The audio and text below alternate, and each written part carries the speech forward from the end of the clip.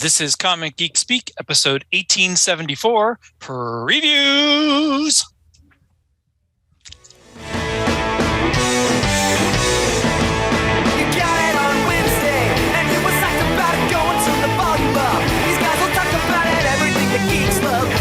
Laser beams, opinions like the seasons, and everything you read in comics, movies, games, toys, artists, comic geek speak, comic geek speak, comic geek speak, comic geek speak, comic geek, uniting the world's mightiest heroes. This is. I'm Shane Kelly. I'm Ian Leatherstein. I'm Adam Murdo. And I'm Chris Everly.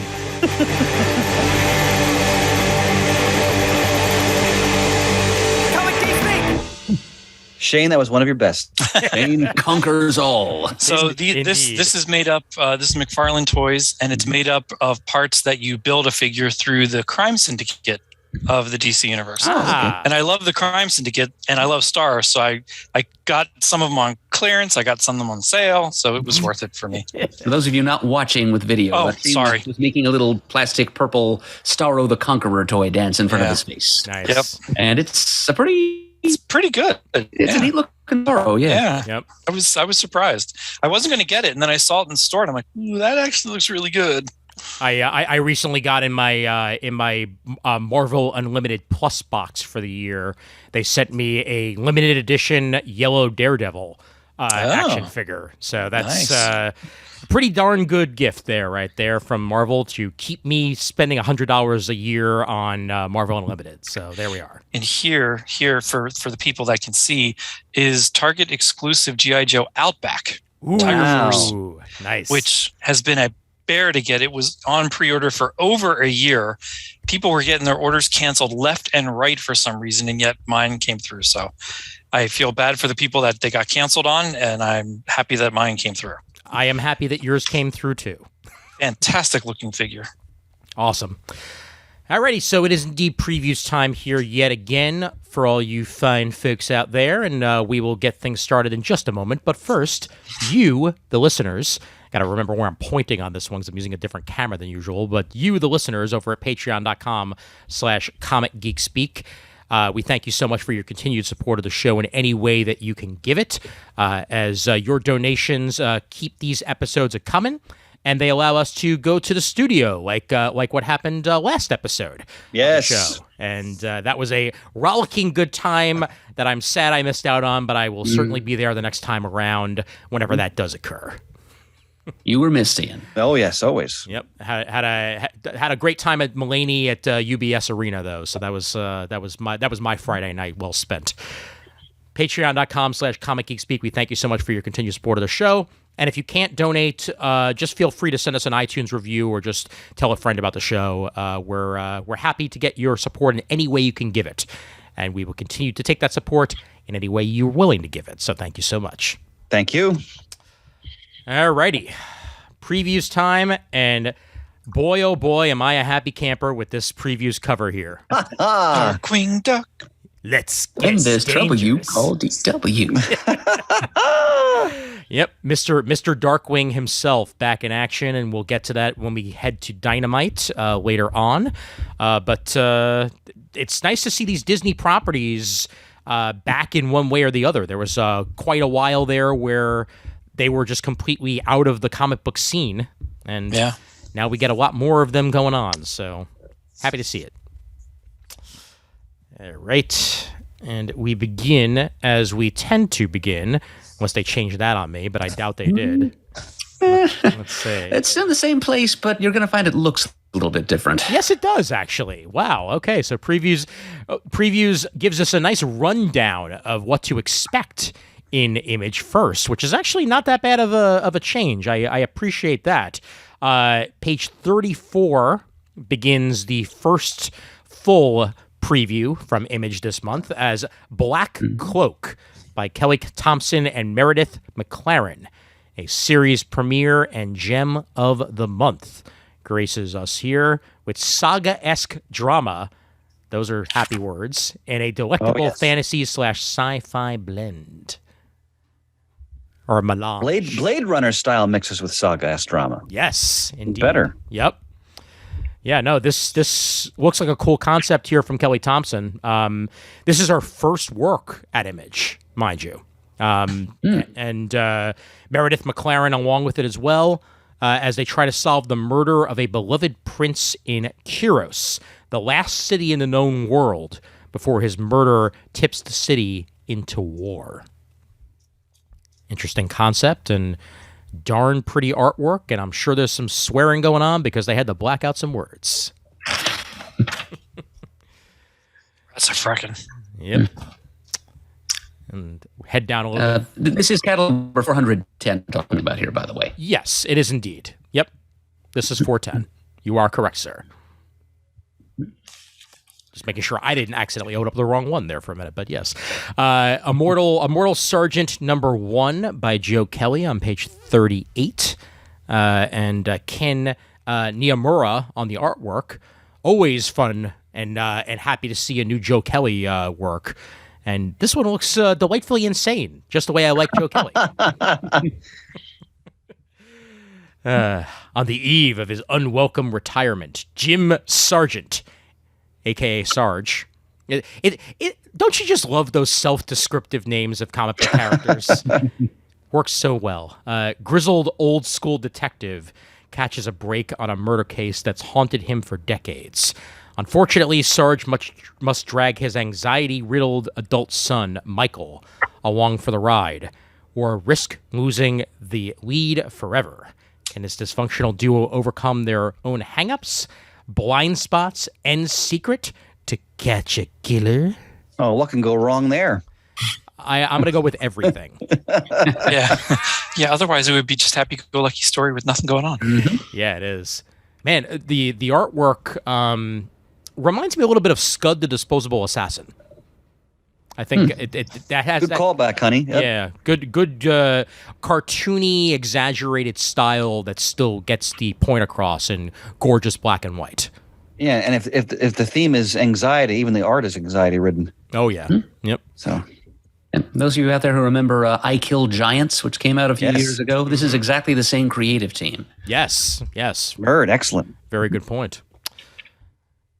And then you asked for it, probably. Todd McFarlane returns with Mike Del Mundo. Ooh, good artwork there. Spawn Unwanted Violence, number 1 of 2, a 2-part miniseries with Todd McFarlane writing the character that he made so very, very famous. Anniversaries galore now for Spawn. And Mike Del Mundo is no slouch on the art chores, so this is going to be some pretty comics right here. The art is very striking. Yeah, painterly style by Del Mundo. Any of you Spawn fans, you got 2 issues of gorgeous comics coming your way pretty soon on page 42, and then artwork on 43 through 45. Nice artwork. Very Looks nice a little bit artwork. more painted. Mm-hmm. Indeed. And then Matt Groom gives us Inferno Girl Red, book 1. Is this part of the Radiant universe? I believe it is. I believe it is. Yeah, it looks like because they're advertising other characters here. Nice. Yep. So yet another book in the Radiant Black universe, the Massive Verse, as it has been titled. On page and we haven't 46. forgotten, we owe the audience a Radiant Black Volume 1 Book of the Month discussion. Indeed. Mm-hmm. Yep. Should be getting to that hopefully sometime in December. Knock on wood, if not early next year, but we will indeed get to it soon. And for all of you holiday people out there, page 48, Jerry Duggan, Brian Posehn, and Scott Koblish brings Scotch McTiernan's Holiday Party one-shot. From the makers of the 420 special, and then they had their Halloween party. Now here comes the Holiday Party. And a bunch of different characters gathered together in one-shot on page 48 for your merriment and exchanging of gifts and also exchanging of insanity.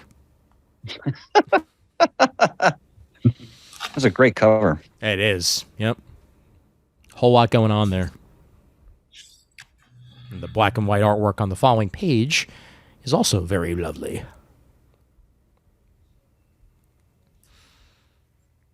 How about this hardcover? Page 50 here.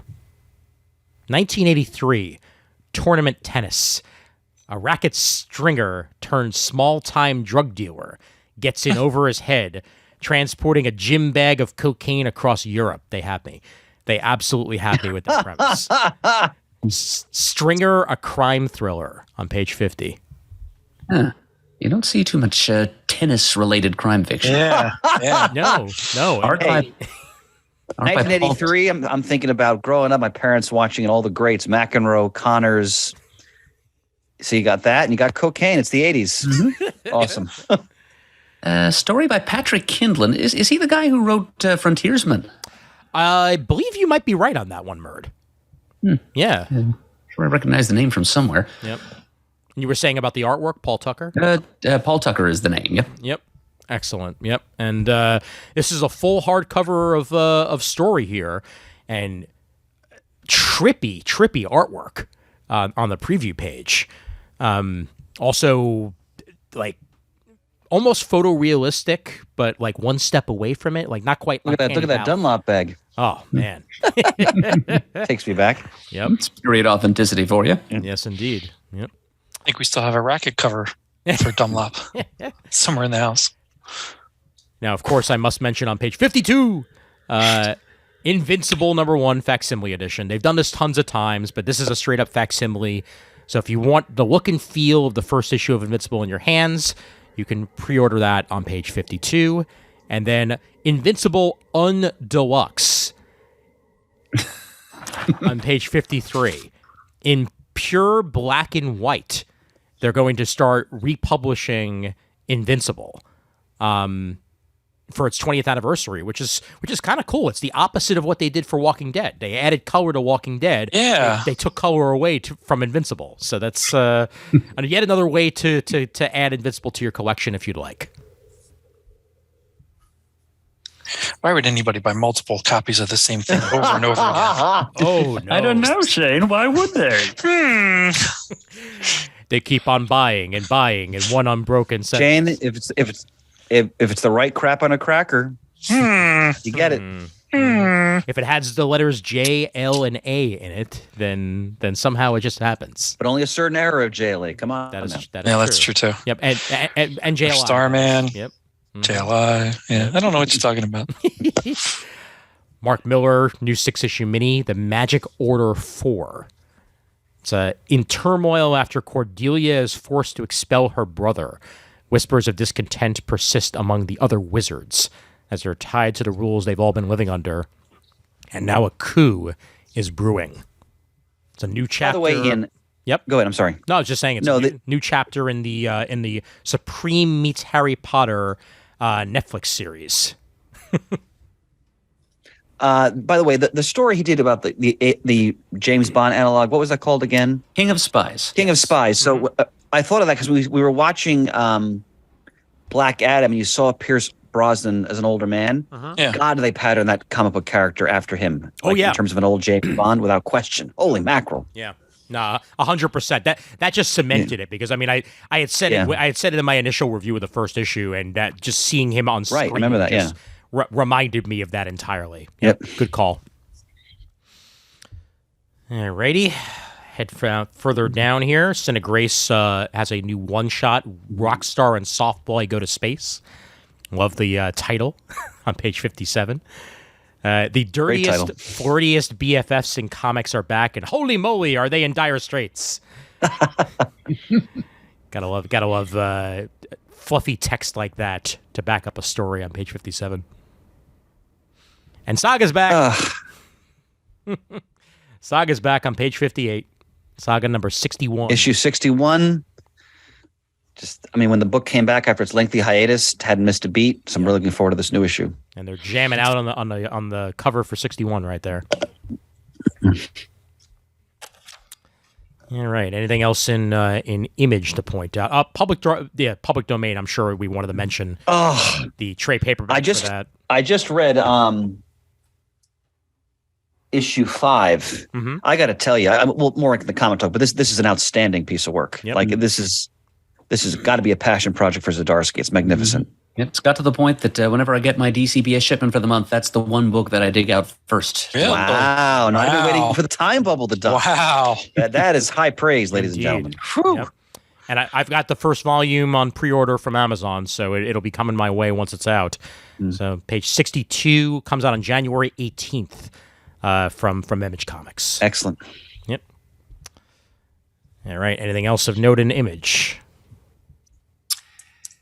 Gotta say, I'm not a fan of the new page design for the Image section of this catalog. Agreed. It's a little busy. It's very busy. It's busy. It's murky. It's text and graphics and collision. Yeah. The old format was cleaner, more legible. I think the major thing that they may have to tweak on this is I don't like the overlaid images. I don't like the fact that it's the cover for what they're advertising the cover for as the background for the pages. They could do better than that. Absolutely. Yep. All right, over to Boom.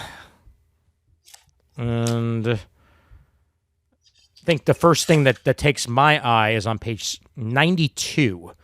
And that's a new comic by Rob Gilroy of Chew.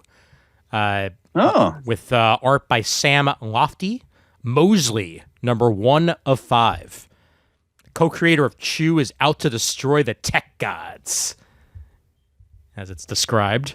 As it's a satirical sci-fi blockbuster perfect for fans of God Country and Ghost Cage.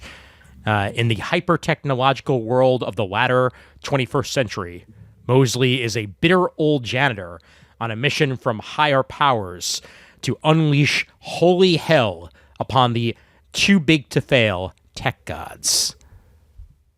How will that go down? You've got 5 issues of miniseries to figure that out. I don't know, but it's going to involve a big guy swinging a big hammer. Yes, it at is. things and people that probably deserve it. Yep. and Sam Lofty's art is like Paul Pope-esque with the faces and the designs. Like that's immediately where my brain went, looking at the preview pages and the character designs, and I am all in for that. All right. Anything else? Boom, that we'd like to call out. They did not redesign their section. That still looks exactly the same. No. Thank goodness. Yes. Page 102, this sounds interesting. The Many Deaths of Lila Starr, Deluxe Edition. Mm-hmm. Written by Ram. Is it Ram the Fifth or Ram V? I usually say Ram V just to be on the safe side. All right. Illustrated by Felipe Andrade. Humanity is on the verge of discovering immortality as a result. The avatar of death is cast down to Earth to live a mortal life in Mumbai as 20-something Lila Starr. I'm assuming, unlike the Game and Death, she's going to get more than a day to experience mortality, though. Indeed. Interesting. First 5 issues of the series here, collected in hardcover edition, and it is certified cool. I don't know. Whenever I hear certified cool, I just think to myself, doesn't that mean it's not cool? Because if you call something cool, it's immediately not cool. Yeah. You immediately go, oh, really? Basilisk Volume 3, collected on page 111. Colin Bunn's Basilisk. So that's issues 9 through 12 of that series. That's been pretty critically acclaimed. So if you want to check out more of that, it's there for you. And I just noticed now. It took me until now to realize Boom Studios IDW. Oh. Yeah. Oh. Well, it's just that one page. Okay, just that one page? Okay, good. Because it's a Power Rangers. Okay. Crossover. Got it. Okay. All right. Rangers Turtles. Yes. Good point. Okay. All right. I take it back. At first, I was like, wait a minute. Did something happen behind the scenes I wasn't aware of? But IDW has not been sold yet. So, yes. It's just a crossover. Issue 2 of the 5-issue miniseries. Crisis Averted. Page 112. All right. And over the Dark Horse. So the description of Matt Kint's new spy Superb sounds deeply alluring. So it's John Wick meets Wes Anderson in this mystery thriller about a secret organization that developed the perfect spy. Who is the perfect spy? A spy who doesn't even realize they are a spy, aka the useful idiot. You got me. Keep going, but I think that's enough. You got me. Yeah, that's it. The initial description was enough, and then the further description was even more. And on page 122, they have a illustration of the perfect spy. Oh my God! complete with paunch and polo shirt. So, oh man, if I was willing to shave most of my beard, that may be something I'd be able to cosplay. Ian, come on. And I think you'd have the cosplay. Yeah, pretty much. I have that shirt. I have those pants. That's it. Done. Boom. And then Mr. Mammoth, another Matt Kint property and hardcover edition on page 123. Any of you who wanted to check that out? He's a great writer. I have not read enough of his work. Agreed. George Mann gives us Dragon Age: The Missing. So any of you Dragon Age fans, any fans of the video game, this is a tie-in issue here on page 127. I love the artwork by Kieran McCowan. Oh yeah, very beautiful, very very classic sci-fi comics artwork right there on page 127. Kieran, I probably mispronounced your last name. I apologize. Page 128, White Savior, number 1 of 4. Eric Nguyen and Scott Berman, along with Iwan Joko Triono on the cover work there. All about an ancient prophecy foretold to an outsider that would save the peaceful village of Inoki from an unstoppable army. A man who would confuse the people at first with his unconventional ways, but lead them to the fight. And this is that man, Nathan Guerin. Japanese-American teacher Todd Parker tries to warn the good people of Inoki of Garen's true nature before it causes the very death and destruction they are counting on him to avert. Interesting premise there. Page 128.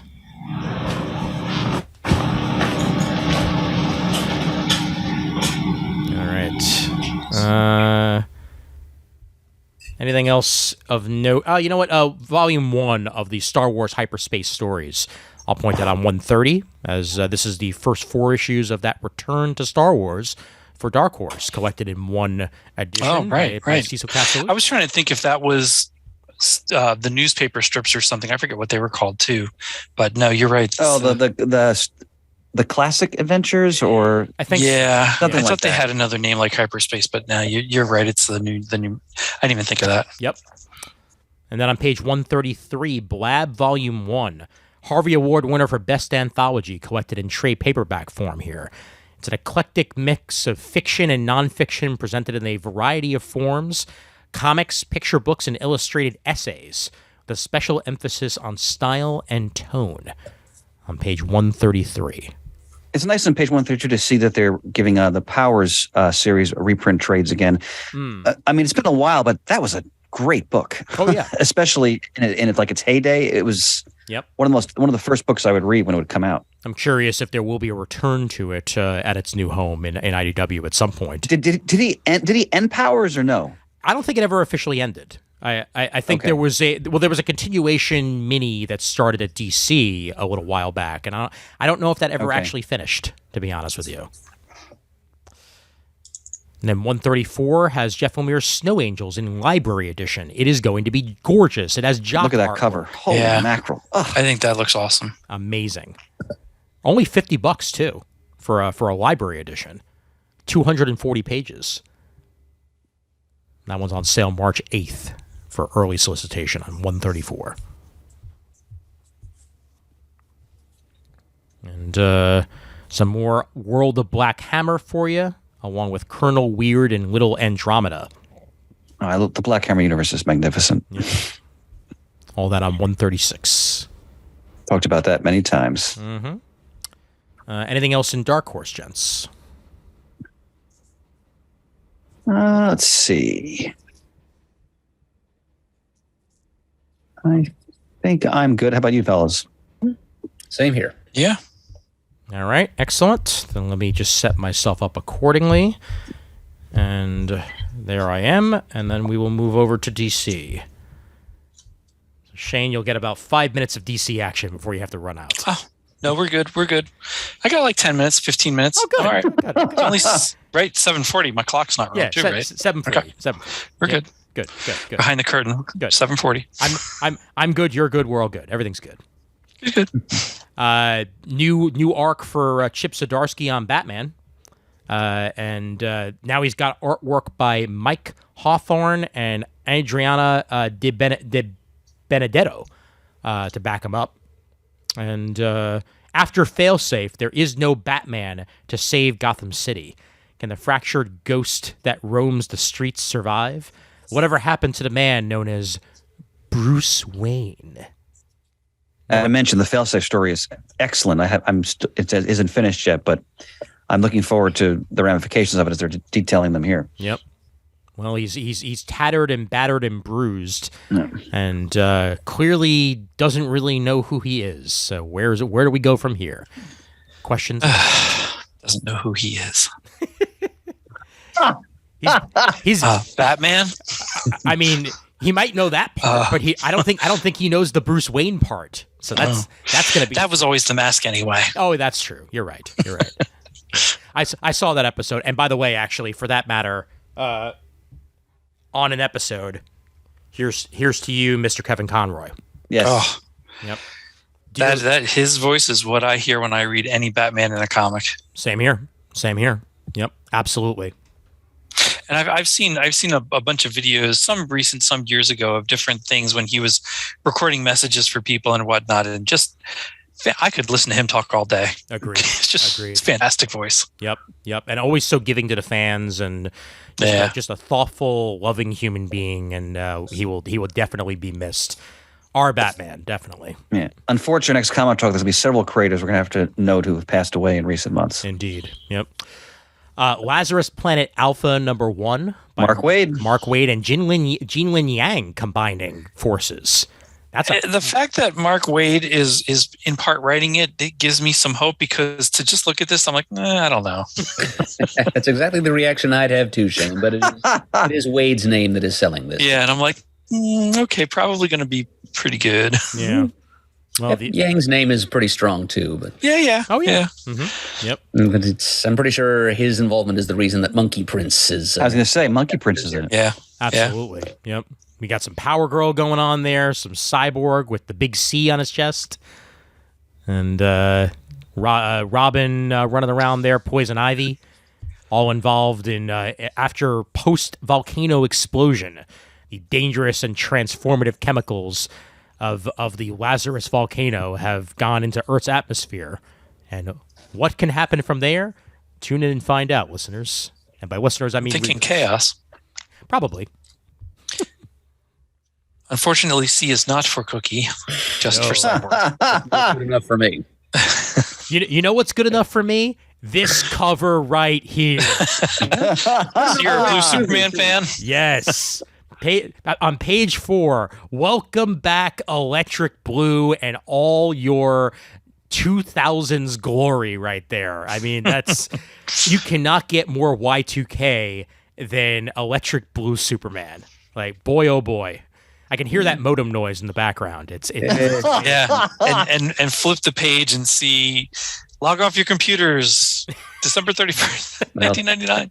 Not to take anything away from your point about the modem noises, Ian, but it's actually more of a late 90s thing. I know. In my brain, though, it all associates with like approaching 2000s, even if it is a little bit before that. I feel you, though. Yeah. I know that Raph is going to be happy to see this. Oh, definitely. What do you know what year Electric Blue was exactly? Or I want to say 96. 96. They got it squared away in time for the anniversary year in 98, which was Superman's 60th. Mm-hmm. So that's when they did Superman Forever with the Alex Ross lenticular cover, and the classic look returned. Correct. Yeah. Part of me feels like though the years 1995 to 2000 were all kind of just the lead up to the year 2000. Superman Red and Blue, February 1998. Oh, there you go. Okay, 98. Wow. Okay. Oh, yep, that's when they wrapped it up. But Yep. yeah, the electric blue thing started right around the end of 96, beginning of 97. I remember that Morrison's JLA had to deal with it within its first couple of issues, and that was fall of 96. Yeah, that was like by like issue 3 or 4 he was running around in the you're right, blue. because he did before the Rock of Ages started, he was in there. Yep. Already electric blue. Yep. He absorbed the hard light holograms.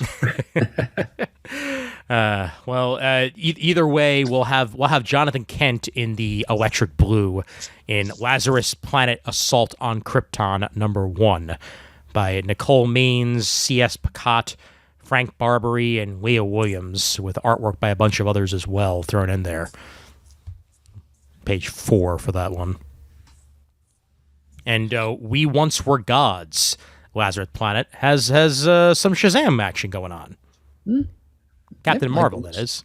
Yep, I like the looks of the costume. Indeed. Yep, very classic. Is that a Martian on the left-hand side of that? It does appear to be one. Oh, good call, Shane. Yeah, Might even be Martian Manhunter because of the bandoliers. The bandoliers, right? Yeah. Mm-hmm. Yep, good point. Although, will Martian Manhunter survive a psychic link to a doomsday nest? Yep, that would explain. Is that what it says? Oh, yep, there you go. All right, see? Like Doomsday's head. Yep. We must open eyes and read more. Page 5 for that one. Oh. Look out, Shazam family. The Rock of Eternity is about to get rocked. Yeah, right. Okay. When is it not? I know, right? Hey, it's Francis Matapool on the writing chores, and he's just about as good a writer as he is an artist. Oh yeah. So I trust what he is going to bring there with this story. And then some Nightwing Legends Reborn. But let's get out of the whole Lazarus thing and get to the rest of the book, shall we? Page 8. Not final cover. Yeah. Nightwing 100. Man, it's been a long time coming. Tom Taylor and Bruno Redondo and Rick Leonardi, along with Scott McDaniel, Mikhail Janin, and Javier Fernandez, bring us the 100th issue of this run of Nightwing. Since the New 52, it's been rolling, and good milestone issue for Nightwing fans out there. And we've mentioned many times how I know I at least speak for Ian. This is one of the most exciting comics being produced today. Yep, definitely. So, do we know if this creative team is staying on past 100? Ian, have you heard anything? I believe they are. Okay, good. I haven't heard anything otherwise. And I hope so. And I know Tom Taylor is DC exclusive. He wrapped his Marvel stuff recently. So I don't see him going anywhere anytime soon. Good. Yep. But oh my God! Wow. Look at these variant covers too. Yeah. Beautiful. Some beautiful covers. Yep. I especially enjoy this one right here with the Nightwing and Babs holding her up with the keyboard in her hand and everything. All that on page 9. Joshua Williamson and Howard Porter bring us Batman Howard Porter. One Bad Day. Baby. Yeah. Yep. I just wish it wasn't Bane. I mean, Bane, you could tell a good story with Bane. It's fine. I turn to Secret Six as an example of what can be done right with Bane. Well, yeah, I won't disagree with you there. I think Shane thinks about Bane the way I think about Venom in Spider-Man's universe. Yeah. Probably. Yeah. Yeah. Yep. Him again? All right. Yeah.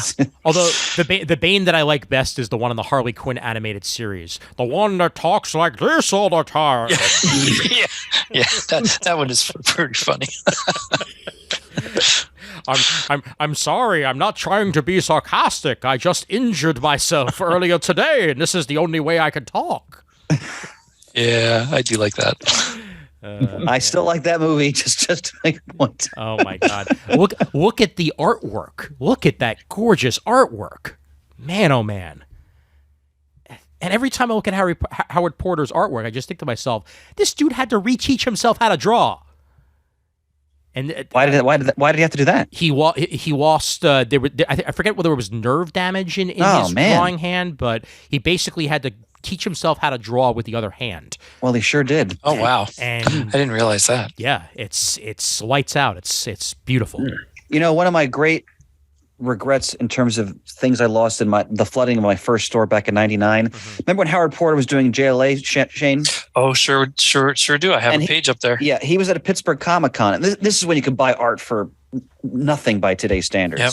And I bought from, I probably spent less than $100. It was a splash page Oh, of Lex Luthor and all the villains that were working with him in that original storyline they were doing with Grant Morrison. yeah. Destroyed.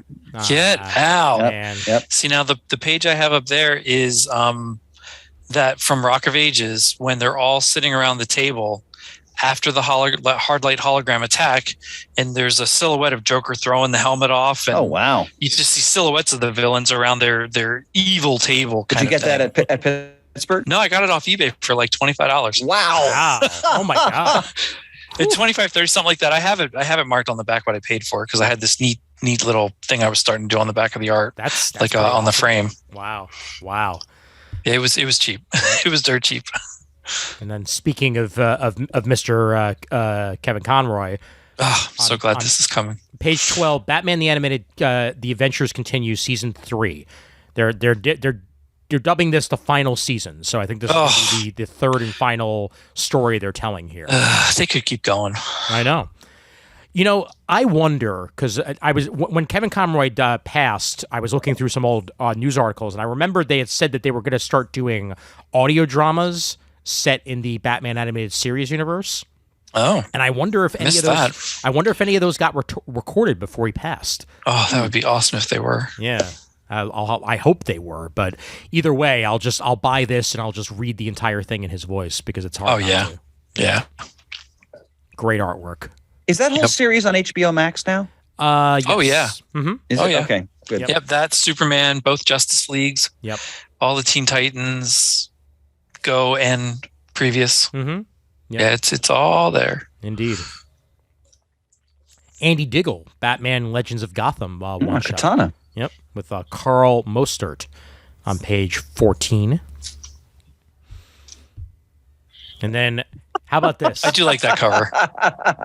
8 steamy stories of tempestuous romance featuring love, heartbreak, and smoldering sensuality. DC's Harley Quinn romance is number 1.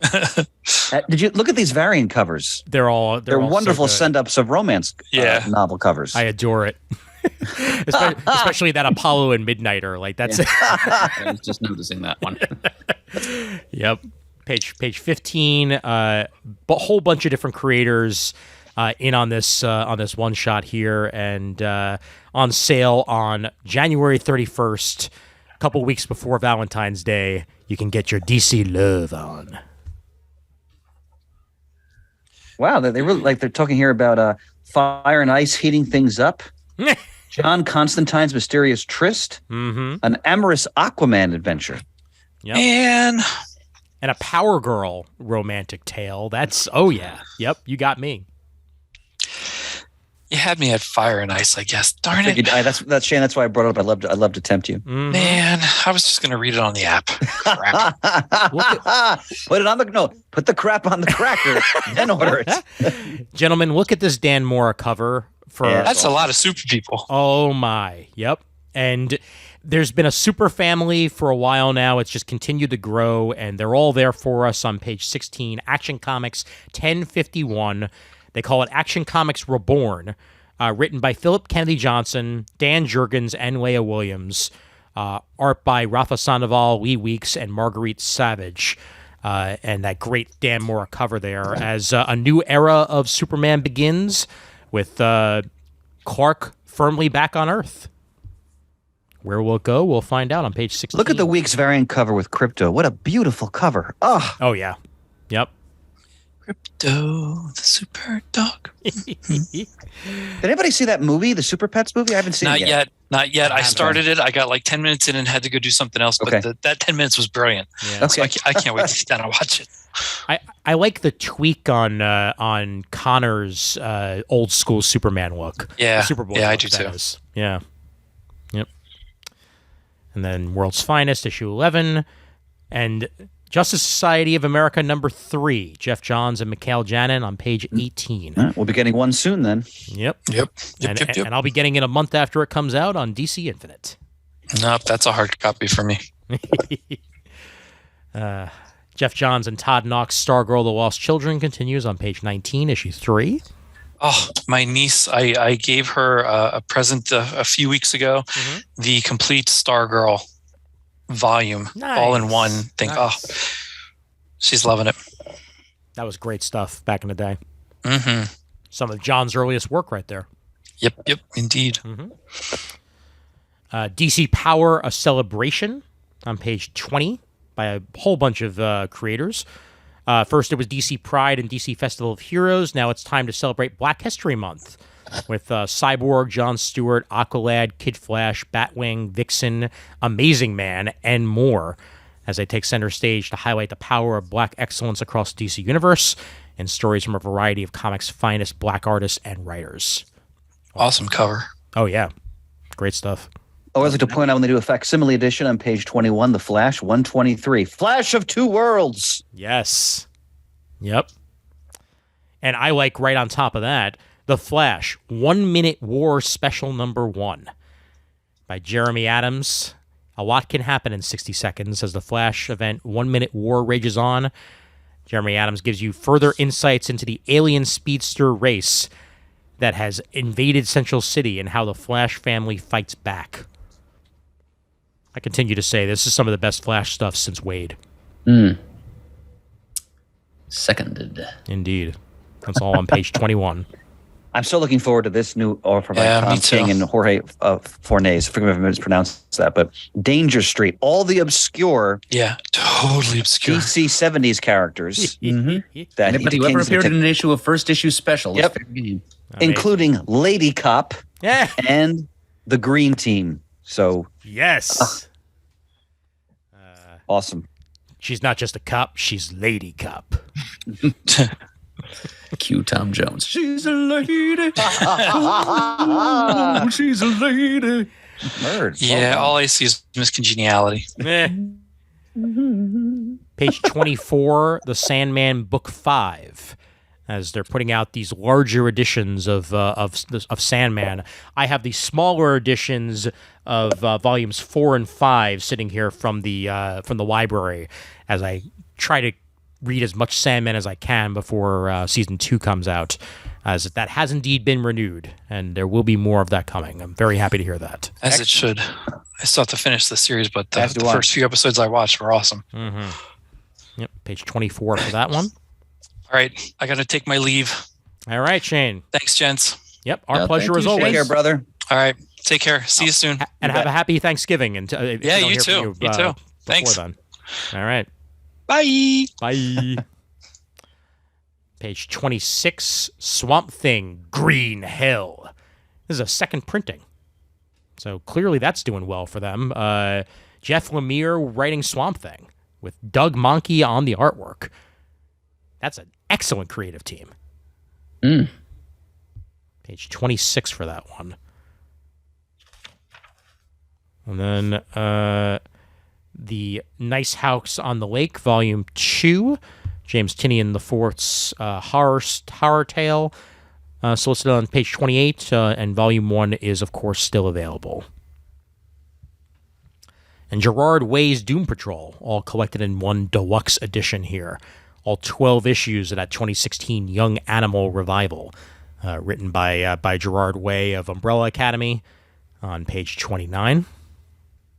Got some artwork in there by Nick Tarrington, Mike Allred, and Tom Fowler, among others. Yep. The Last Concert of the Universe by Scott Snyder, Greg Capullo, and friends. Absolute Dark Knights Death Metal. Page 30.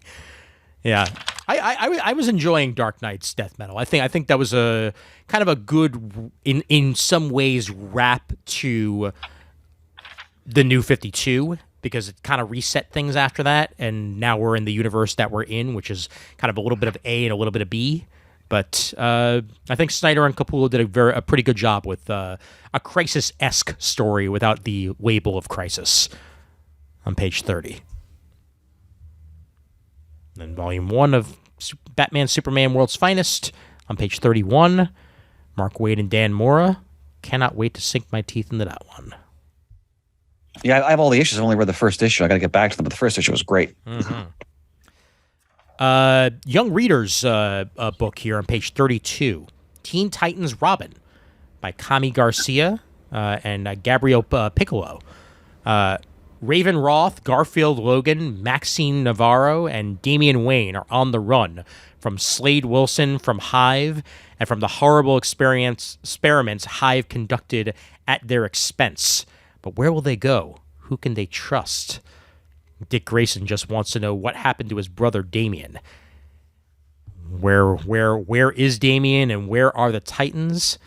Check this out in Teen Titans Robin. Good looking artwork and kind of a cool setup right there for a basement level Titan story. They got a couple Young Reader books in here this month. Yep, definitely. Girls Taking Over, a Lois Lane story for one on page 34. Pretty self-explanatory. The girls take over. It's a Lois Lane story. Lois looking very, very cute. Yes. Yep. This cover, Bruce Wayne Not Super, is just so fun. Oh, yeah. From the writer of the best-selling Spy School series, Stuart Gibbs. Yep. Bruce Wayne Not Super. Have you ever felt like you didn't quite fit in? Bruce Wayne knows all about that, being the only kid in his whole school without any powers and all.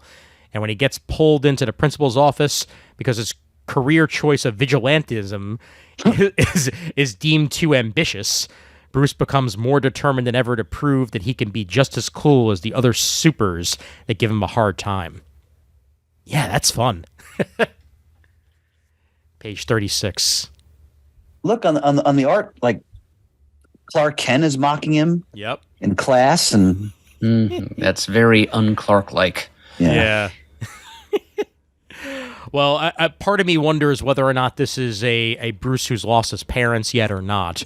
And maybe it's not. Maybe they're just going to go that route. Maybe he's just the everyman at a school of super powered people. I'd be fine with that this time around,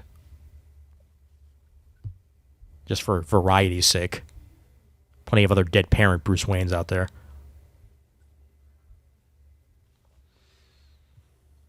now we're into the rest of the book, my friend. Yes, we are. Yep. Yep. The 4 or so titles per page section of the book. Fables 159, continuing the Return of Fables on page 40. Look at the cover to Human Target 11 on page 42. Oh, yeah. God, Zooks, like, God, that's so stunning. I mean, Yep. One issue away from issue 12. Yep. And great cover there for Wonder Woman 795. Yeah, I was going to just note that. Yep. Yannick Paquette. Page 43. Yep. Yannick always draws some amazing stuff. Now we're into the trades collections here. Let's go to page 45 and Batman the Dark Knight Detective Volume 7 for some Louise Simonson, Peter Milligan, that is, Alan Grant, and others working on Batman here. A whole bunch of Detective Comics stories from years past. Artwork by Jim Fern, Jim Aparo, Luke McDonnell, and others. Not stuff you see collected very often. No, and I always like when they do these. They bring out these more obscure but worthwhile stories to reprint. I didn't realize Tom Tiller wrote Batman the Detective. No, I didn't either. Yeah.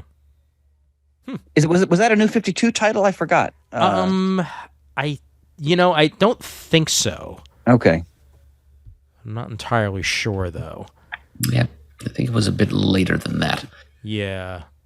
Yeah, because it sees it. Yeah, a horrific tragedy in the UK sends a very personal and deadly message to the Dark Knight, one that will draw Batman out of Gotham City to investigate.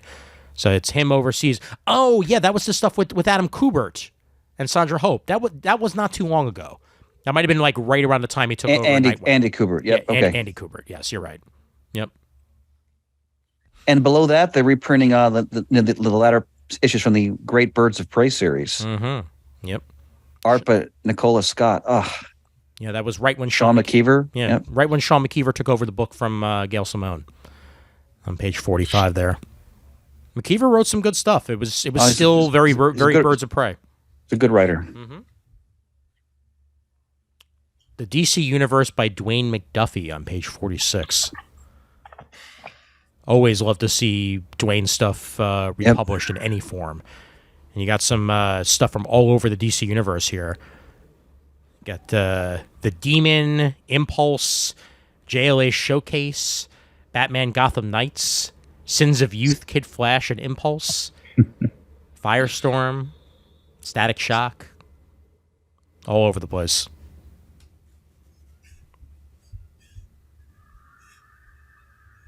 All right, and that's it for DC. As we head back to previews and onward to Dynamite. Where Levin's team goeth, we followeth. And gentlemen, let's officially get dangerous. 159, Darkwing Duck #1, all new adventures by Amanda. I assume it's D. Bear and Carlo Lauro on the artwork chores. He is the terror that flaps in the night. He is the ferocious fowl who plucks the evil eye from the face of foul play. He is Darkwing Duck. And he's back. We got a Gargoyles title and we got a Darkwing Duck title. Mm-hmm. It is a wealth of riches right now. Yep. Life is good for the children of the Disney afternoon. You better believe it. Page 159 has that. And this was right after, I believe it was Dynamite, who put the Darkwing Duck series that came out years ago back in the print. Boom Studios. Oh, that was Boom. Okay. Yeah. Yeah, they did a bunch of Disney things in those days. Yes. Yep. Yeah, because I think it was recently republished, though. If I could be wrong, but whether it was Dynamite or one of the others, it is back there. But if this is half as good as that one was, then I'll be happy, because that was really, really good Darkwing.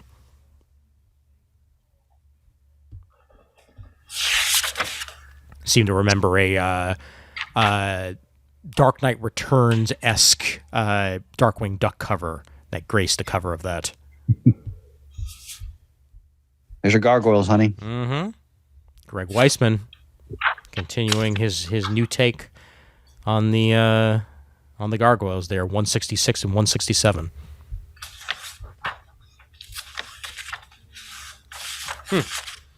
And Ray Fawkes brings us Purgatory Must Die. Ray Fawkes and Alvaro Saraseca back with a new Purgatory story. Page 171.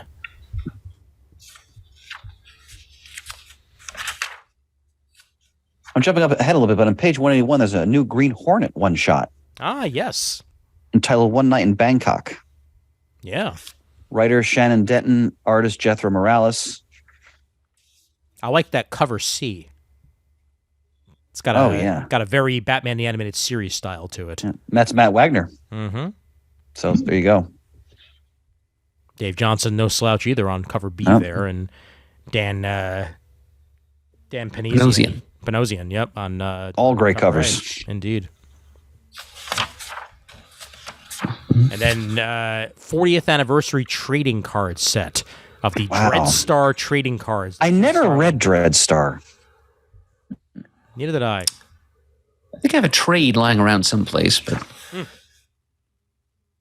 I mean, it's Starlin. It's something I should read at some point. Of course. That's all there for you on 182 if you want some pretty artwork.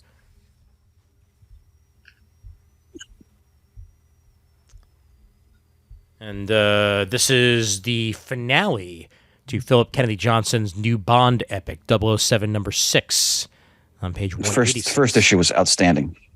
Yep. I'm right now. I'm because it's the 60th anniversary. I'm watching every Bond film in a row. Nice. It's a fascinating experience. Which actor are you up to? I'm on Lazenby, so On Her Majesty's Secret Service. Nice. His one performance. Wow. All right. That's it with Dynamite. So I think we're over to Marvel. And Marvel starts us off. Wow, look at that cover there. Oh, Oh, man. Yeah. And then Avengers What If Disney 100 cover there, too. Okay, I think I picked up the wrong Marvel previews. Oh, yeah? Or rather, DCBS sent me the wrong Marvel previews. Ah, yeah, that's interesting.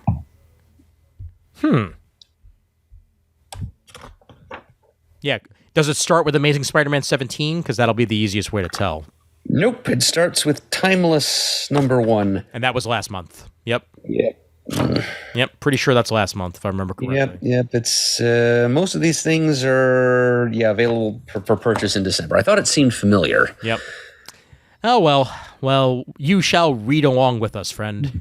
My reactions will be very raw. That is fine. Page 2, Amazing Spider-Man number 17. Look at that homage cover there by John Romita Jr. yep. Oof. Junior doing senior. Yeah, that's tremendous. Gorgeous. Round 1 is over. Peter Parker finds himself trapped in limbo. Pete not only has to find his way home, but he has to do it in a truly hellish fashion. And who is shadowing him? This continues McGinnis's artwork chores on Amazing Spider-Man. Looking I forward. wonder what denizens of limbo he'll run into. Belasco, perhaps. Could be. Murd, was it Sin? Who was the demon that lived in limbo? Am I remembering this incorrectly? He's like purple. He would taunt Alanya. Oh, I can't remember. It'll come to me. I'm failing miserably. No, well, Belasco definitely dwelled there. Yeah. Amanda Sefton became like its guardian or curator or whatever for a while. Yep. Seneschal. Wow. Dylan Brock is the brother of Eddie Brock, and he continues to be one of the main characters in Venom 15 here that Al Ewing and Brian Hitch bring us. And that is a 90s ass costume right there. Yes, the flowing hair. Yep. It's like Spider-Man 99 meets Kane. Yep. I was just going to mention Kane. Yes. Yep. Well put. Yeah. They go to the same stylist, clearly. Clearly. Yeah, but what matters is on page 7. Oh, yes. Come on. Look at that. Page 7. Come on. Avengers War Across Time. Paul Levitz. Yep. Writing for Marvel for the first time. Indeed. Holy mackerel. Yep. And Alan Davis on the artwork. You know, Murt's picking this up. Yeah, it's a safe bet. Yeah.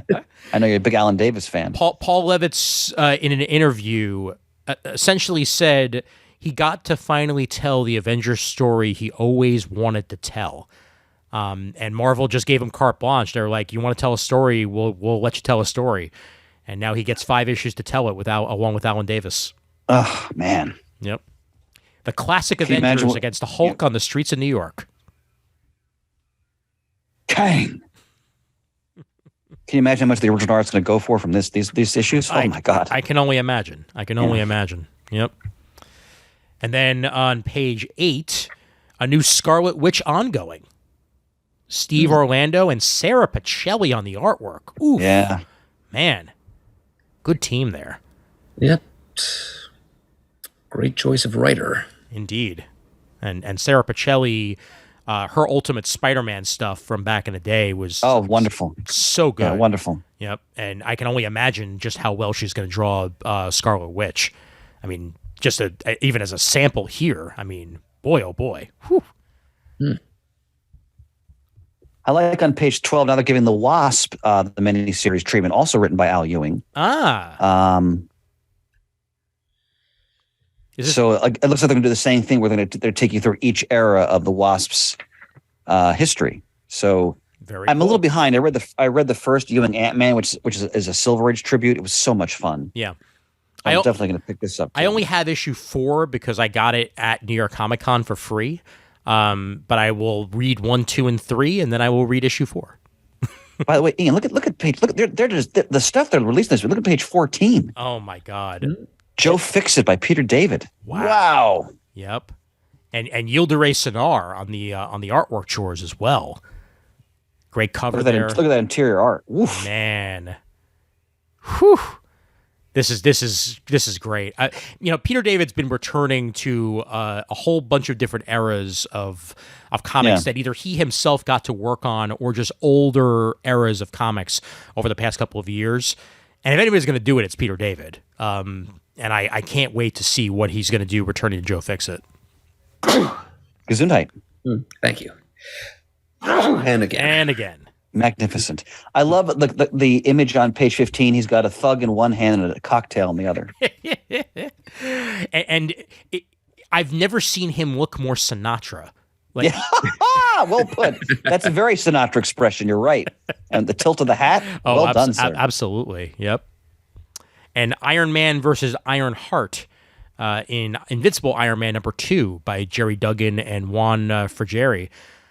How's this series going to hold up to what came before? Remains to be seen. But I just read issue 24 of the Cantwell run. It's some of the best Iron Man I've read probably since the Fraction period, I'd say. Oh yeah. Question for Ian: is Miles Morales in the main Marvel universe, or is there still? It's all combined now, right? Yeah. Since the Secret War. Since the Secret War. Yep. Yeah. Okay. Mm-hmm. Yep, he's just running around in other areas of New York than Peter is. Like if Peter's in Queens, he's in Brooklyn. Like they do their best to stay separated. Yeah. Murd, you're not going to like what's on page 20. Moon Girl and Devil Dinosaur. Yep. Murd is not a Moon Girl fan. Doing that again. Yep. Although I'll tell you, the animated series looks absolutely adorable, and I there's going to be an animated series, is there? Yes, there is. Yep. And where will this be broadcast? I believe it's going to be Disney Plus. Yeah, sure. Why not? Yep. Damn. Wow. Fantastic. Do you think Shane's going to pick up Monica Rambeau Photon #2 just for the send up they appear to be doing here? Because that's a very JLI cover. And that's a classic Avengers team from the 80s right there. It is. If it were Maguire himself drawing it, maybe, but I think he can probably resist. Fair enough. Just an homage. Fair enough. Yeah. And yes, you're right. Yeah. Very specific era of Avengers being sent up. Yeah, with Dr. Druid before he went bad. Yep. Mm-hmm. Thor with bearded chainmail shirt Thor. Oh yeah. She-Hulk with that hair and that dress. Page 21. And Shang-Chi, Master of the Ten Rings, #1. Gene Lin Yang and Michael Ning on the artwork chores. Father and son side by side. Shang-Chi is lost in time, and the only one who can save him is his father? Let's see where this one goes. I so wish Jim Chung was doing more than covers. Yeah. Page 23 gives us Miracle Man by Gaiman and Buckingham, the Silver Age, issue 4.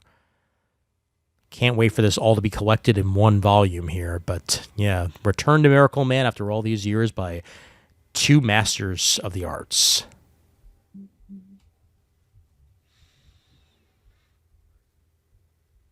Sins of Sinister on page 26. Kieran Gillen and Lucas Wiernek. So what I'm looking at here in the ad copy is a horror timeline that makes Age of Apocalypse look like the X-Men swimsuit special. That's quite a statement. This better be good. Yeah. Age of Apocalypse is great. So yep. Powers of Essex.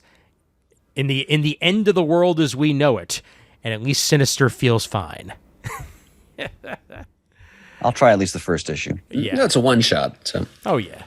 Oh, it's a one shot. Okay, even better. Minimum commitment. I'm definitely in for that too. I've always liked Mr. Sinister. Mm-hmm. So on page 29, are we finally getting to Xavier facing the consequences of his many morally dubious decisions in recent years? It is certainly I don't know. possible. It is certainly possible. This isn't the main X-Men title though. This is Immortal X-Men. So maybe not quite yet, but perhaps this will, lead to it in one way or the other.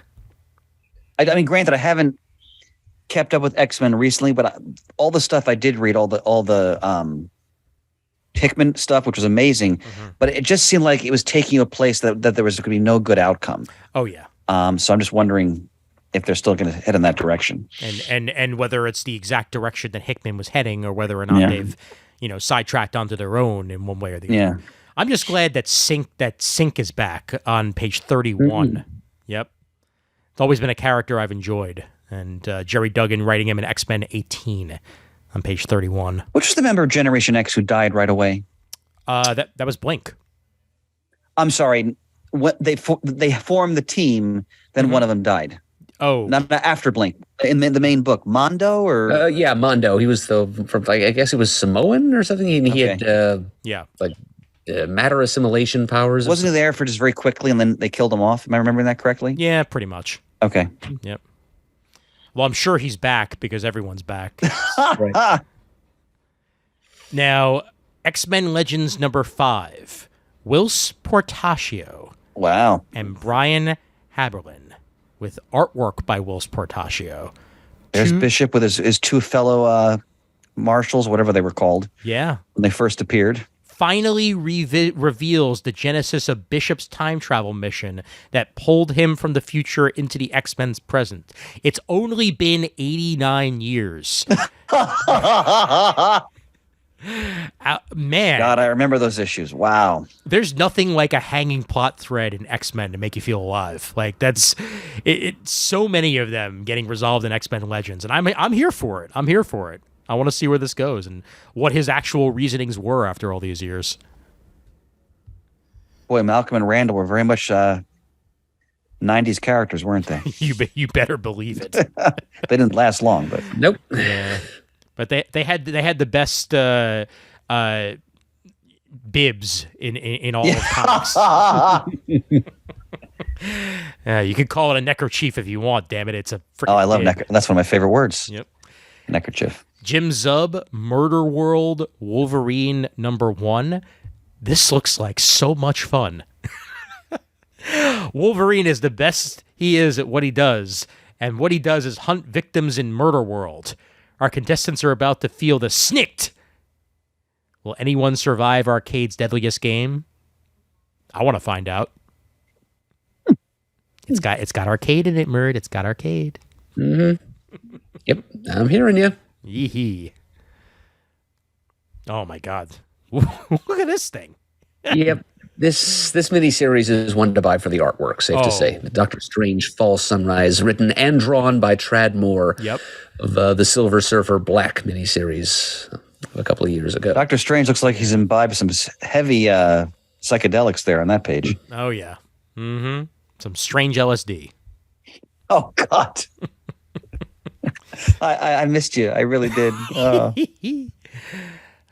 Whatever Happened to the Fantastic Four continues on page 37. Well, look at that cover. Oh, my God. Alex Ross. Yep. And the Solio variant cover. God. Statuesque looking thing right there. But look at the expression of the thing. That is vintage Benjamin J. Grimm. Absolutely. Oh, man. Yeah, he's got his pure harumph face on. Yep, exactly. Look at his Deadpool cover. Deadpool number 3. Of course he has 4 arms. By the way, I'm sure you saw the quick little of him and Hugh Jackman explaining the next film, and then of course, you can't hear anything they're saying. Yep, that was so good. That was so good. And then we're gonna.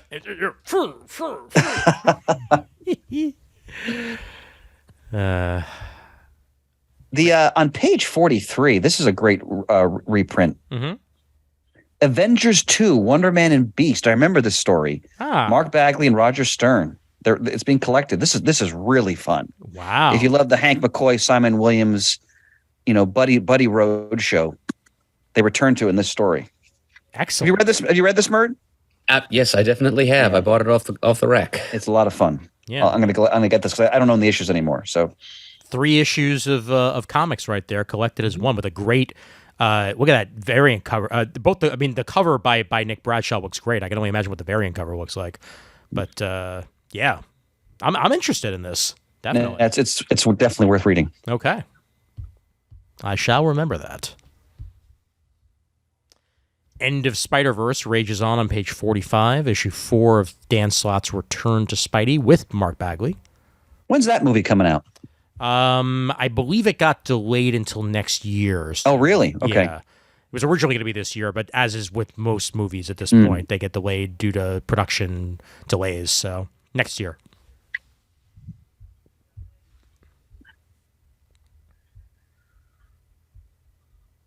The Namor story by Cantwell that you're looking there on page 50. I just read the first issue. Mm-hmm. Pascal Ferry, gorgeous artwork.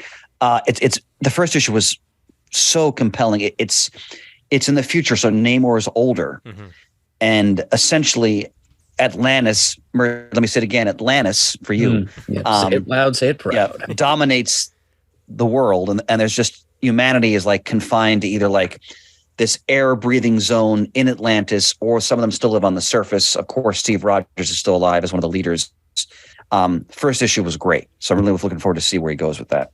Basically, an old man Logan for Namor, essentially.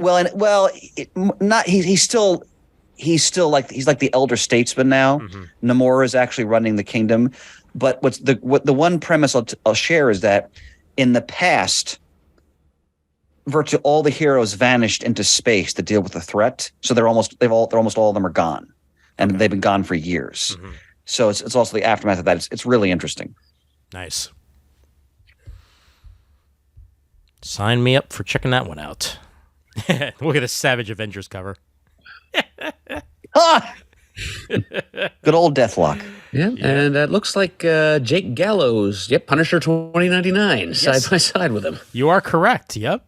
Wow. Okay. Avengers Assimilated.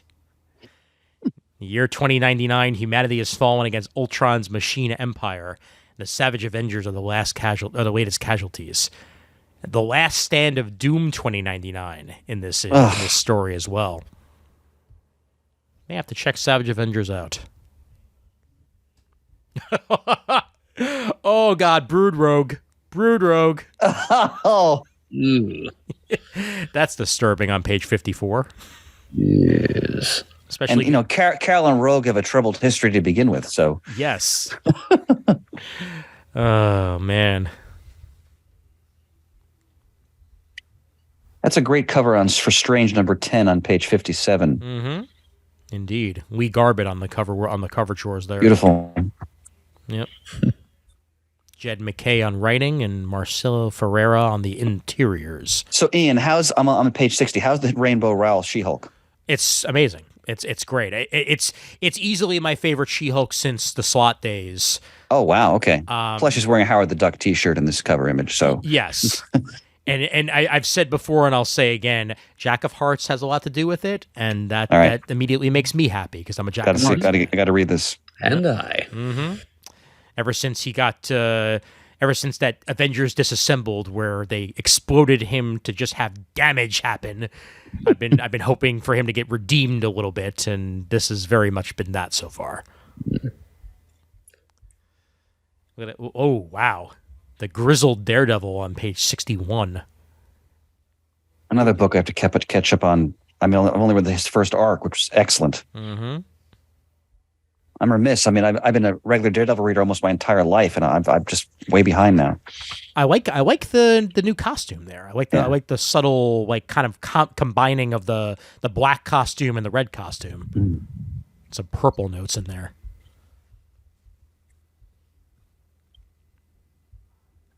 Heading down into Star Wars. Most things are ongoing at this point. So not really anything. Again, Charles Soule run on the flagship title is superb. Mm-hmm. I mean, it was Jason Aaron, then Kieran Gillen, then Soule. I think I've got them all. This series has been almost flawless for me. Absolutely. There's a new Marvel Multiverse role-playing game that they have solicited on page 6 and 77 here. So any of you who are fans of role-playing games in general, the core rulebook is available for you to check out. You get to play as an existing Marvel superhero or create your own and go from there. So this is the first one of these that's been published in many a year. I know some people who still play the one from the 80s. But I remember that one. I had that one. Yep. Ha! That's right. Yep.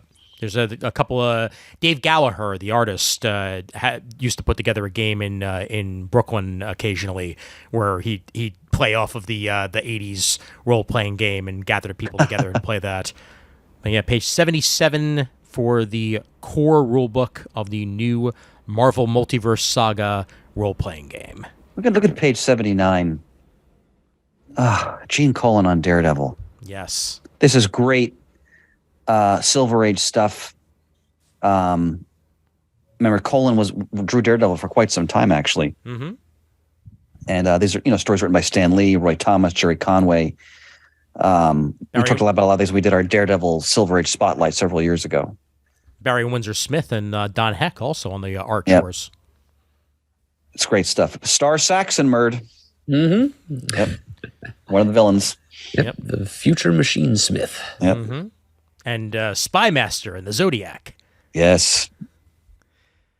Now, I am going to be very tempted by page 80 here. Captain Marvel. That's a great series. Genis-Vell Omnibus. Peter David and Fabian Nicieza, penciled by Chris I'm probably Cross. going to get this, Ian, because I haven't read these stories since they came out. Yeah, it's going to be very hard for me to pass this up. And mind you, I can read them online, but I may just want a copy of it. It's the first 25 issues of it, plus the Captain Marvel 0 through 35 of the 1999 one. So yeah, this is basically everything. It's everything. Yep. Yeah. Pre and post, you decide. Yep. Yep. Yeah. So they may have me. Page 83, we've got another great X-Men omnibus from the Claremont era.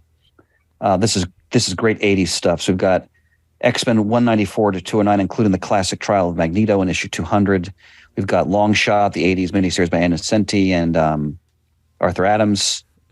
X-Men's Annuals 9 and 10. The New Mutant Special Edition. The Nightcrawler miniseries. Wow. Mm-hmm. Marvel Fanfare. All good 80s stuff. I like the era. I like the era where you had to have a giant letter of your first name on your outfit so people would know who you were. Of course. Yep. The variants collected on page 84. This is one that I read the first issue of that I'm looking forward to reading more of. Gail Simone and Phil Noto on a Jessica Jones story spanning multiple universes of Jessica Jones banding together to try to figure out a mystery. It's Gail Simone and I love Noto's artwork. Yeah, it's gorgeous. The story's great.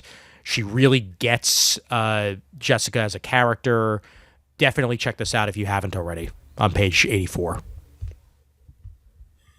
So I have to note on page 89, just because, it's Howard the Duck. Yeah. It's Marvel Masterworks collecting issues 15 through 31 of that classic Bronze Age series by Steve Gerber and, of course, Gene Colan and Val Merrick. If anyone wants to really appreciate the essence of what made Gerber such a great writer, you have to read this series. His gift for satire, for comedy. Some of the humor is very much rooted in what was going on in the 70s, but even so, what a delightful book. I proudly have a Gene Colan Howard the Duck sketch in my office here. You have villains like Dr. Bong. Plus, you can't imagine today that printing a story where a duck is in a romantic relationship with a grown human woman. So, come on. Somehow the comics code missed that back then. Yeah, right. They were probably like, well, it's a duck. It doesn't count. Page 93 has the full Axe Judgment Day story by Kieran Gillen. Avengers, X-Men, Eternals, all together for you here in one trade paperback. Page 96 for Murd, Defenders Beyond by Al Ewing and Javier Rodriguez. Yep. Galactus's mom has guts. Galactus's mom is there. Yep. Yes, she does. Got some America Chavez in there, some Kid Loki. And I think that's about it for me. You know what? One more note on Fantastic Four down here. They have the Dream is Dead trade paperback, volume 19 of the Epic collection of Fantastic Four. What page you on? That is page. Oh, I got it. 104. 104. Yep. It's the Englehart era with Roy Thomas, Roger Stern, and others. Pencils by Ron Lim, Keith Pollard, Rick Buckler, Mike Mignola, and more. It's the bubble era of the Thing. That's all you need to know. Like when he mutated further and had spikes coming out of him all over the place. Yep. Yeah, we're talking late 80s post burn. Yeah, and when She-Thing was running around. Mm-hmm. Yep. Oh, that's right, Sharon. Yep. Exactly. Sharon Ventura. And next tour, because we've been talking a lot about Namor recently. This is a great collection. Great stuff from the late Silver and early Bronze Age. Submariner 4 through 27. Roy Thomas writing, Miri Severin, John Buscema, Sal Buscema. God. But if you were interested in Namor from the film that's out now, I highly recommend these early stories. Yep. And on 106, a new printing of Volume 1 of the Daredevil Epic Collection, The Man Without Fear. So if you want to start at the ground floor, the first 21 issues of Daredevil there for you. That's the first issue drawn by Bill Everett with friends helping. And then, of course, you've got the classic Wally Wood stories, including the famous, I think it's issue 8, where Daredevil actually tries to take on Namor. Mm-hmm. It's one of the greatest covers of the Silver Age. Or maybe it's issue 7 or 8. I forgot which one. The Purple Man, Owl, Stiltman.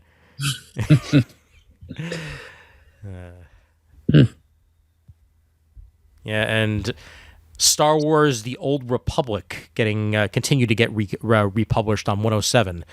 There's a whole bunch of the old Star Wars stories getting back in print there for everybody. I want to check out some Old Republic stories. I think that's it, buddy. Yeah, that's about it. That is it. Back to the previews book and back to Murd having a previews to flip through. All right. Start us off with Bulls of Beacon Hill right here on page 208. Mentioned Steve Orlando before. We'll mention him again. Andy McDonald on the artwork. Out of Aftershock here. Team behind Justice League of America reunites for some hard-hitting revenge. All about Dr. Christopher Bolt, who had everything he ever wanted. A successful career as a surgeon, supportive and loving boyfriend, and an overload of hype on his rumored run for Boston City Council. But there's one problem. It's all held up by a lie. For years, Chris has been hiding in plain sight, desperate not to be connected to his father, Orrin Page, one of Boston's most notorious gangsters. Then the tables have turned. This sounds like a kind of story I would enjoy. Oh, absolutely. Yep. From a craftsman like Orlando as well.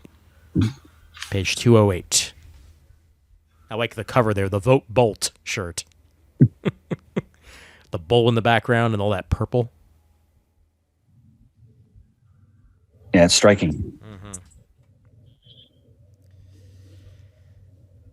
Alrighty. As usual, gents, feel free to call things out whenever they do pop up. Page 217.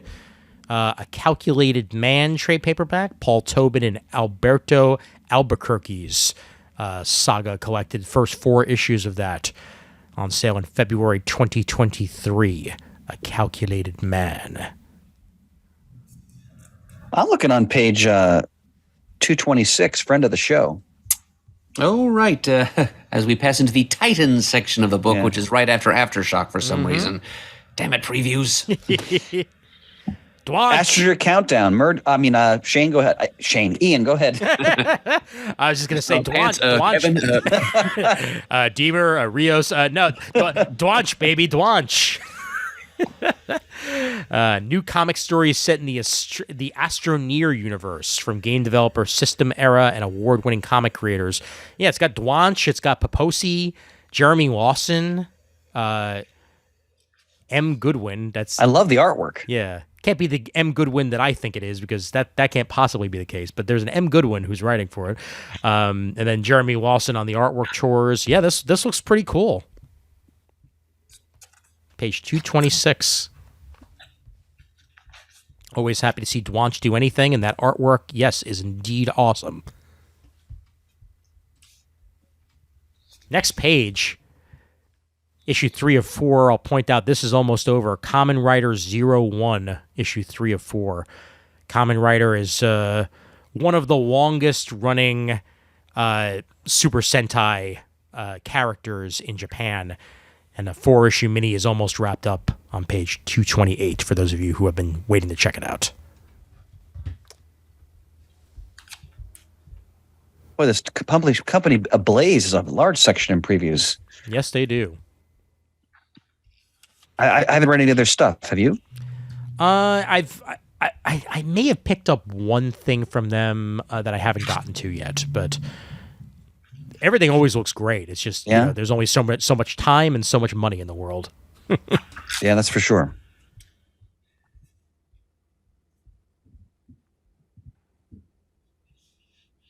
Actually, did Ablaze do that Garth and Steve Epting World War II book about the Russians' female snipers? Was that we've talked about? They may have. I think they did. I think you might be right on that one. Yeah. Which is tremendous. I'm brain farting on the name right now, but well, it was somewhat recently resolicited, if I remember. It was. That's probably why I'm remembering it. But yeah. On page 241, The Restorer's Home Omnibus, Volume 1. It's a coming-of-age fantasy with a unique mix of supernatural action and drama, all about high school freshman Sung Woo, who lives alone in a big traditional Korean house inherited by his grandfather. He has a great skill to restore objects such as antiques to their original condition. Due to his abilities, Sung Woo soon finds himself surrounded by numerous ancient people and souls who help him fix things or solve difficult matters. So some supernatural Mr. Fix-It action going on here, but not of the mobster angle on page 241. Korean manhwa series coming to the U.S. for the first time. Oh. Yep. Sounds like this guy would have a few things in common with Jack Knight. Indeed. Yep. Good point. Always good to see as many comics from around the world being collected as and solicited in previews as possible. I like what previews has done on page 252. Mm-hmm. They have various gift ideas for the holidays, and boy, have they got some great suggestions here. Yes. For Star Wars fans, I want to point out on page 253, the Al Williamson Empire Strikes Back Artist Edition is one of the most breathtaking artist editions I think they've produced. Wow. Williamson, of course, did the art. I mean, for me, no one draws a better Darth Vader except maybe Salvador LaRocca, but his work on Empire and the Return of the Jedi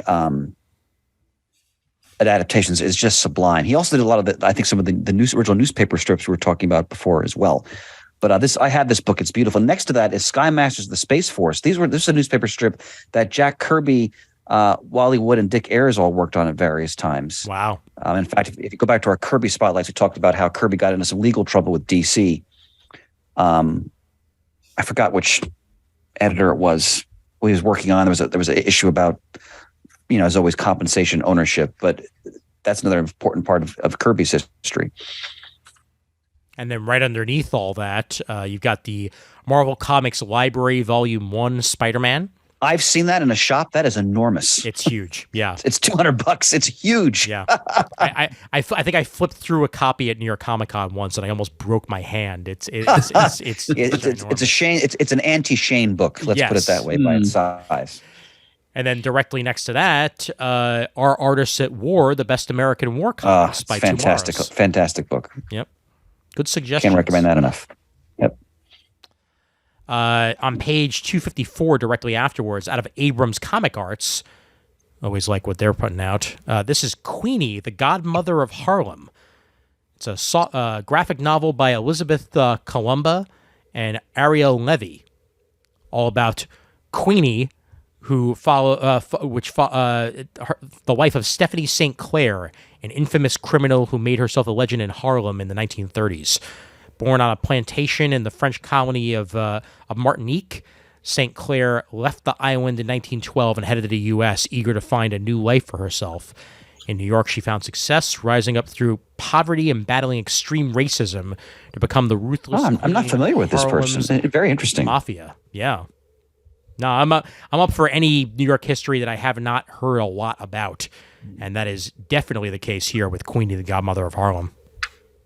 Page 2. Next page, they're releasing in omnibus form the Strangers in Paradise sequel. Mm-hmm. Strangers in Paradise 25. Of course, that was great. Yep. That's a series I have to read again from the beginning because I haven't read it since it actually ended.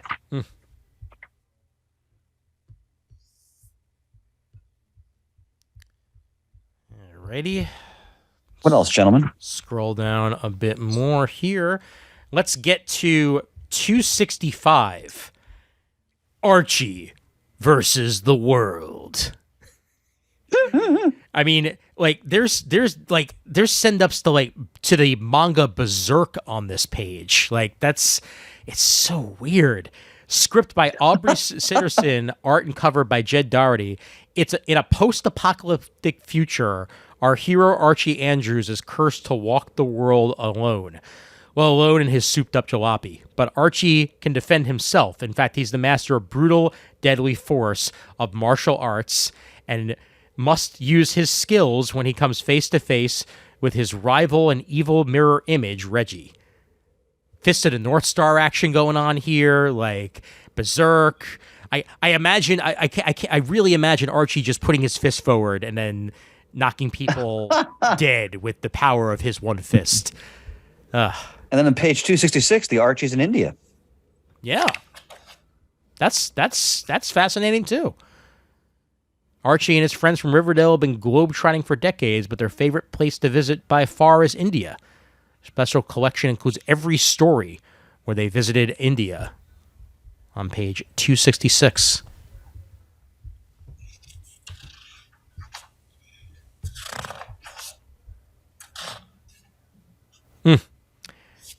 A Blue World Inc. putting out Crash and Troy. Totally looking at it just for that awesome cover text.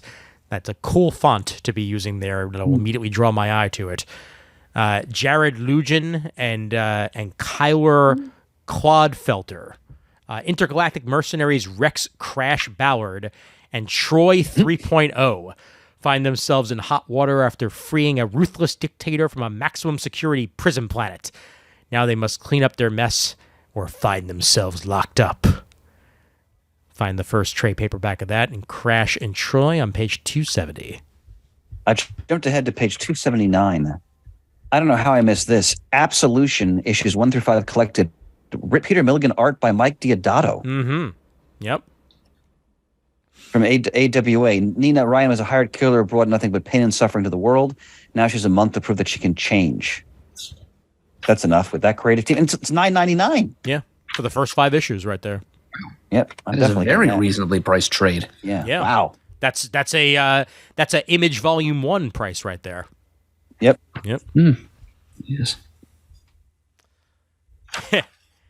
Page 280. Bro D Can't Be Broken by Ben is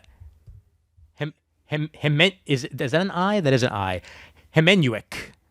In the year 2095, humanity is on the right track to recover from catastrophic climate change and to begin a new era of advancement.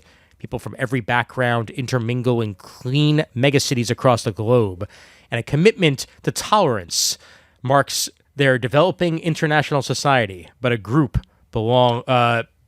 beings called Daewos, who claim to be Earth's ancient gods, are harassing the human cities, hoping to terrorize humanity back into submission. The only person who can stand in their way is Bro D, a genetically modified teen who who was altered and trained to save lives in the face of a mass crisis.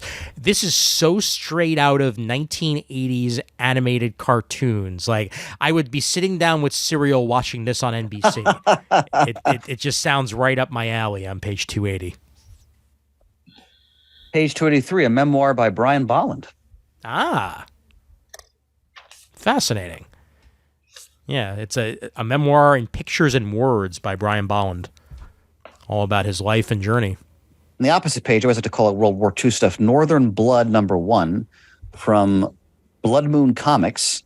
Nazis have stolen an ancient Viking treasure and the dead have risen to take it back. Norway in 1942, an American GI, Frank Robinson, gets caught up in a war between a legendary undead Viking warrior and the Nazi captain responsible for ransacking a Viking burial tomb. The action is stopped in the spring World War II epic when the Army of the Dead begins their assault on the German war machine. Not available in Germany. Yeah. Shocking. Absolutely shocking on that one. What was the page for that one? Was that on the same page? 282. Oh, 282. Okay. I'll probably just give at least the first issue of that a try. Yep. Cyrano on page 291. Ooh, let's get there. Yep. As in de Bergerac? Let's see. Meets Cyrano, the master mystic of light and guardian of New Tea, a city where magic and science intertwine by night. Okay, so it's not Cyrano. Okay. No. It's Sereno. Yeah. Yep. An avatar of collective paranoia, a shepherd of nightmares, and a cult of hate are just the start of an evil conspiracy transforming the city. Can Sereno fight back while keeping Sugar Cat burglar Ruhan from stealing his heart? Oh, well, you delivered that. Yeah, thank you. Page 291. Page 293. If you want to read one of the really the foundations of comics, it's Terry and the Pirates of Milton Caniff. This is the collection, volume 4 from 1938. This is one of the huge comic strips. When comic book strips were seen as more prestigious, of course, than comic books. Mm-hmm. Remember, many artists felt they were slumming to go from strip art to comic book art. Outstanding. And Caniff's one of the masters. Mm-hmm. Influenced dozens of later creators, including John Romita Sr. These look like beautiful books. Wow. 296. Get to manga a little bit before the manga section. Kitaro, Japan's classic manga by Shigeru Mizuki. Kitaro seems like just another boy. Of course, he isn't with his one eye and jet-powered Geta sandals, and the fact that he can shapeshift like a chameleon. It's all a part of being a 350-year-old yokai, a Japanese spirit monster. Against the backdrop of photorealistic landscapes, Kitaro and his otherworldly cartoon friends plunge into the depths of the Pacific Ocean and forge a oft-unseen wilds of Japan's countryside. And let me piggyback on that on the next page. So we're talking about Shigeru Mizuki, who, of course, did Showa, the History of Japan, which is phenomenal. Yep. It's the show. It refers to the reign of the Emperor Hirohito. So he takes you through the entire imperial era, the war, everything. Here he's done a graphic novel on the life of Hitler. I'm definitely ordering this. Yeah, that's fascinating. Because the level of research you put into those Showa books, I have high expectations for this Hitler graphic novel. Directly next to that, too, looks like a pretty cool concept for a graphic novel, Hot Comb, by Ebony Flowers. It's offered a poignant glimpse into a black woman's lives, and a coming-of-age story is seen across a crowded, ammonia-scented hair salon while ladies gossip and bond over the burn. A titular story is about a young girl's first perma-doomed ploy to look cool and to stop seeming too white in the all-black neighborhood her family has just moved to. Realizations about race, class, and the imperfections of identity swirl through Flower's stories, which are by turns sweet, insightful, and heartbreaking. All for you there on 297, Hot Comb. On page 308, the Fantagraphics section, a biography of a very important figure in the history of the American comic book, which is James Warren. You know, Warren publishing Creepy, Vampirella, Eerie. A lot of famous. What the hell is the war comic they did? That's amazing. Battle Zone? No, I'm failing there. But a lot of great black and white work was done. Warren was infamous for his idiosyncrasies and his low pay, but a lot of great creators worked for his company at the time. So I bet this is a fascinating book. Indeed. Alrighty.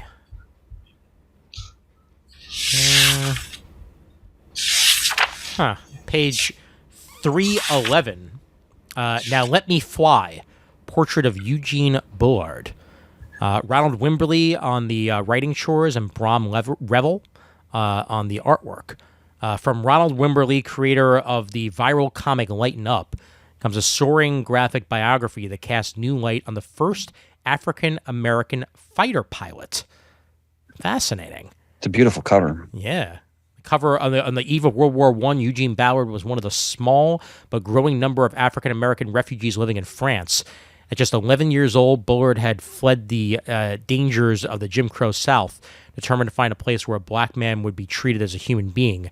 His search took him across the Atlantic and through a myriad of lives as a horse racer, vaudeville performer, and boxer, and then wound up as a fighter pilot. Man, what an existence right there. Page 311, if you want to find out more about that. Now Let Me Fly, Portrait of Eugene Bullard. I've never read, I'm on page 324. From Humanoids. This is stuff from the Inkle and Meta Barons. It's a spin-off story, the Simac. Look at the artwork. My God. Wow. That's something else. Yeah. Jean-Michel Ponzio. Forgive me if I mispronounced that, but beautiful. Yeah. And then on page 327, a biography of Bela Lugosi. The Rise and Fall of Hollywood's Dracula. Wow. I never did see that movie where they made Lugosi an actual vampire. There was supposed to be a thing where like he was a vampire and he was playing a vampire. That's why he played him so well. But he's obviously like the entire genre of horror movies would not be the same without Bela Lugosi. So, Yep. Page 327 if you want to know more about him. I want to scroll back up just a little bit. There was here on page 318, To Boldly Go, How Nichelle Nichols Helped Advance Civil Rights. Angela Dalton and Lauren Semmer are the writer and artist behind that. And it's all about Nichelle Nichols and you know the path that she paved for female actresses in sci-fi and beyond by her time on Star Trek and everything else she did in her life after that. So yeah, To Boldly Go, How Nichelle Nichols Helped Advance Civil Rights on page 318. Well done, Ian. I missed that. Page 329 from Hyperion Books, The Art of Coloring, Schoolhouse Rock softcover. And below that, Schoolhouse Rock, the updated official guide. Oh, man. I still have the Schoolhouse Rock's cover album somewhere in my possession. I'll have to track that one down. I haven't listened to that in a while. Got a great cover of 3 is the magic number on it. And if you have some kids and you want a good coloring book, on that same page, 329, right at the start of IDW, Baby Animals, a Smithsonian coloring book. I mean, come on. What's more fun than that for kids? And happy to see the Smithsonian putting their name behind something like that. Still way too many coming soons for IDW, but significantly less this month, so that makes me a little happier. Yeah, hopefully they're getting their act together slowly but surely. Hopefully. 331 has Star Trek Picard's Stargazer. So if you want a side story in the Picard series, which will be having its third and final season sometime early next year, you can get that on page 331 from Mike Johnson and Kirsten Beyer and Angel Hernandez on the artwork. I'm jumping ahead to page 346 from Oni, Daga Volume 1, written, illustrated, colors and lettered by Dan McDade. A crashed ship, a lone survivor, a monstrous secret hiding in the dark under the world. This is Daga, the new graphic novel from Doctor Who judge and Firefly artist Dan McDade. The art is stunning. It's stunning. Really, really, really pretty stuff. Yeah. Preview And a testimonial from Christopher Cantwell on the cover. Mm-hmm. What else do you need? Well, if you're a Rick and Morty fan, you need what's on page 348, Ian. Wubba lubba dub dub.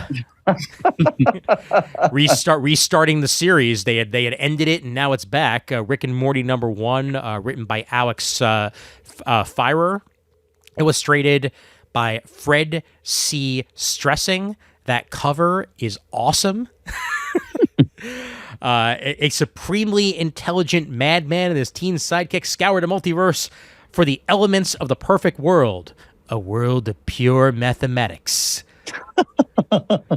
Now, what I need to point out is that what I love the most about these Rick and Morty comics is that they don't have to take place in the universe of the animated series because it's already a multiverse. So all of these stories are essentially just side stories happening in a universe that's similar but not quite the same as the Rick and Morty that we follow in the show. And that's awesome. Like the fact that they could do that just makes it even more fun. Page 356, Super Pets. We got a whole series of DC Super Pets for the kids. Battle of the Super Pets Canine Crime. And the next page, Danger in the Deep and Magical Mischief. Murd, I see Mixolydic on the cover of Magical Mischief. Ooh. Oh, Page 358. Oh, yeah. Yep. yeah, sure enough. And because it's here, by the way, I mentioned Doctor Who magazine because I believe it is. I believe it is inside Doctor Who magazine where this is happening, where a regeneration just happened in Doctor Who, and I won't spoil it for anybody who hasn't been paying attention, even if the rest of the internet has already all spoiled it. But if you want the first stories of this new Doctor, they're happening in Doctor Who magazine. Because it's not the show itself is not coming back until the end of this next year, and they're bridging the gap with comic books. So the very first appearance of that are straight up there in the Doctor Who magazine, and I think they will be collected at one point or another. But you want to check it out? That's where you do it. Page 361, Neil Gaiman, Pirate Stew softcover, art by Chris Riddell. A hilarious rhyming read-aloud tale of pirate babysitters and the mayhem they bring. How Monty Python of Neil Gaiman. Nice. I just love how Gaiman can do anything. Oh, yeah. Mm-hmm. Absolutely anything.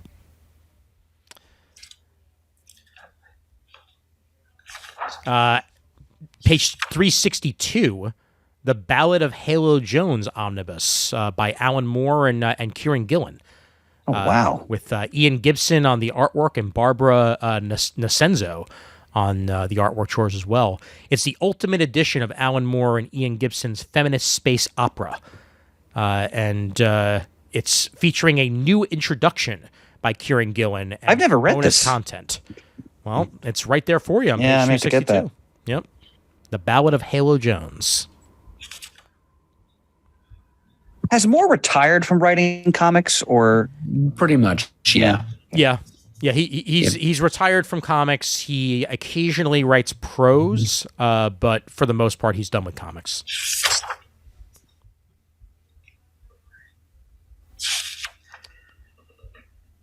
I feel my heart quickening because we're approaching tomorrow's. Yeah, 365, Kevin Smith, his Films and Fans hardcover by David Gotti. Ian, did you see Clerks 3 yet? Not yet. I'm planning on it, but I haven't yet gotten to it. But yeah, this is just all about Kevin Smith and his wife doing movies, behind the scenes of all the movies that he's done, and some funny, honest stories along the way on page 365 by David Gotti. Kevin Smith, his Films and Fans from Schiffer Publishing. And right underneath that is Brad Meltzer and Chris Iliopoulos' I Am John Lewis hardcover. This entire series that they've been doing of children's books with Chris Iliopoulos artwork has been fantastic, and this is just yet another gem in the series, I'm sure. I Am John Lewis hardcover, Brad Meltzer, Chris Iliopoulos, 365.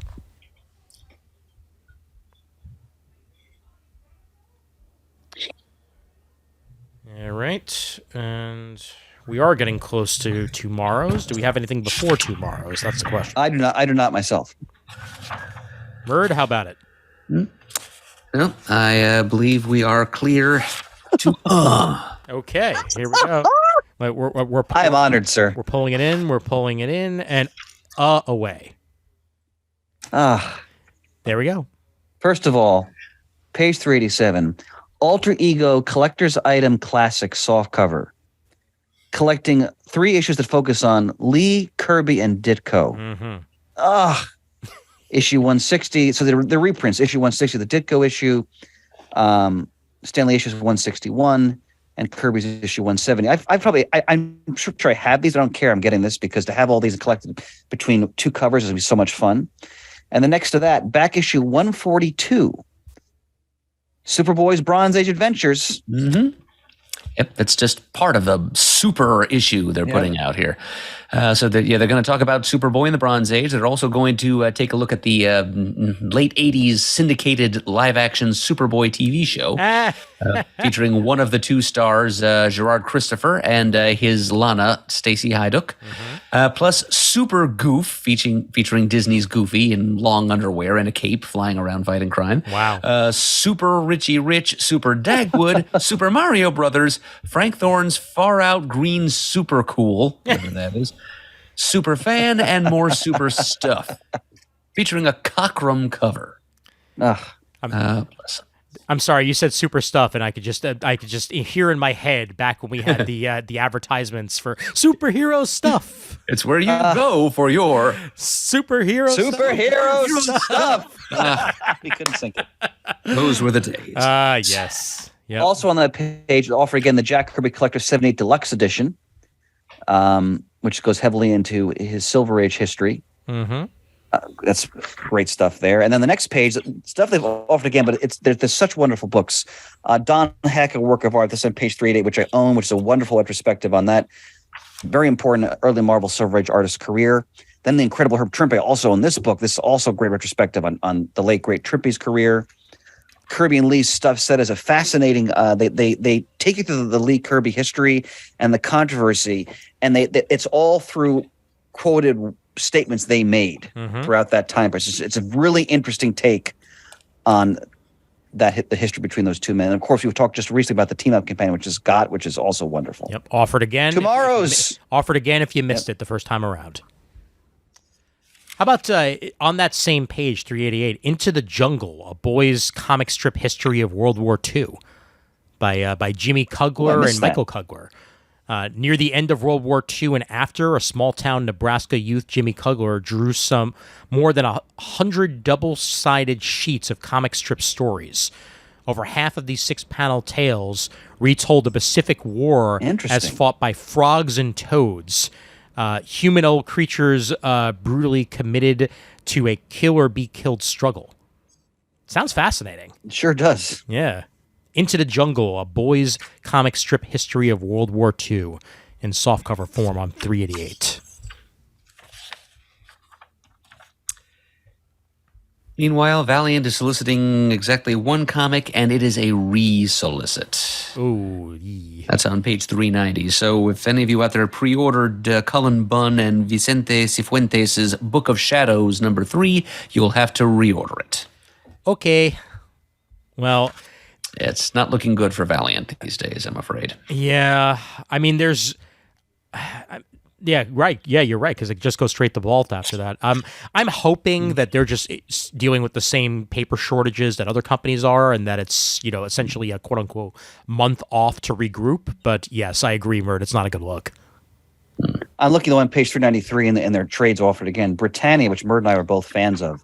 Oh, yes. Fantastic take on a Roman legionary who becomes a detective, or a detector, as I think he calls himself. He's working for, I forgot which emperor it was. It's early. Oh man, I want to say Hadrian, but maybe it's just the association with Hadrian's Wall. I don't think it's Hadrian, but it's excellent. It's really well done. They did 2 stories by Milligan.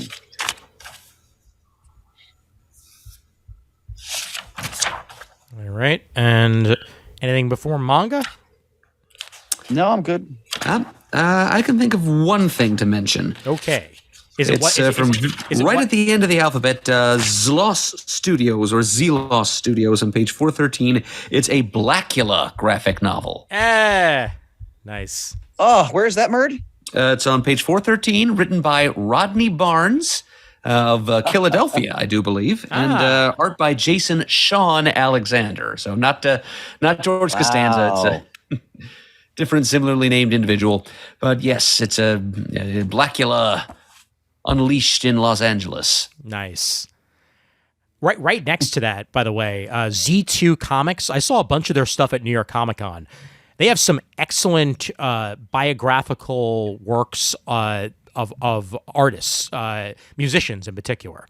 They have an Elvis one that's great. They're putting out a Gorillaz art book, and any of you who are fans of the Gorillaz, they have some of the best artists working on their stuff, just for their albums and for cartoons that have been put out. And page 413, the Gorillaz art book hardcover, well worth your time and well worth checking out. And I'm scrolling back up because as I was scrolling, I almost missed something that we need to mention just for who is behind it. Is this the Wesley Snipes thing? You better believe it. Yeah, I just saw that too. Exiled, number 1 of 6, by the vampire himself on page 400, Wesley Snipes, writing. Keith Aram and Adam Lawson also on the writing chores, with Esquivo on the artwork. And sometimes a mother effer is trying to ice skate uphill. That's all I'm saying. It's a genre-bending sci-fi noir described as Seven meets Blade Runner. Follows hard-boiled detective Niles Roach Washington as he pursues a serial killer who's using mysterious ancient tools to rip the spines from his victims. When forces outside and within the police department attempt to discredit him for his theories, Roach's instincts keep pushing him forward. And let's see how Wesley Snipes does with comics. I love the cover F, the Blade Runner tribute. Oh, absolutely. all these covers are great. They're all send-ups for different, for different works. And yeah, that cover F in particular there, especially with how Wesley Snipesy it is, it's excellent. Yes. Yep. I think it's time for your usual manga pick, sir. Indeed. Let's scroll ourselves down there and get past Mob Psycho, and then I will go ahead and go into what I have. There we are. Bye-bye, Mob Psycho.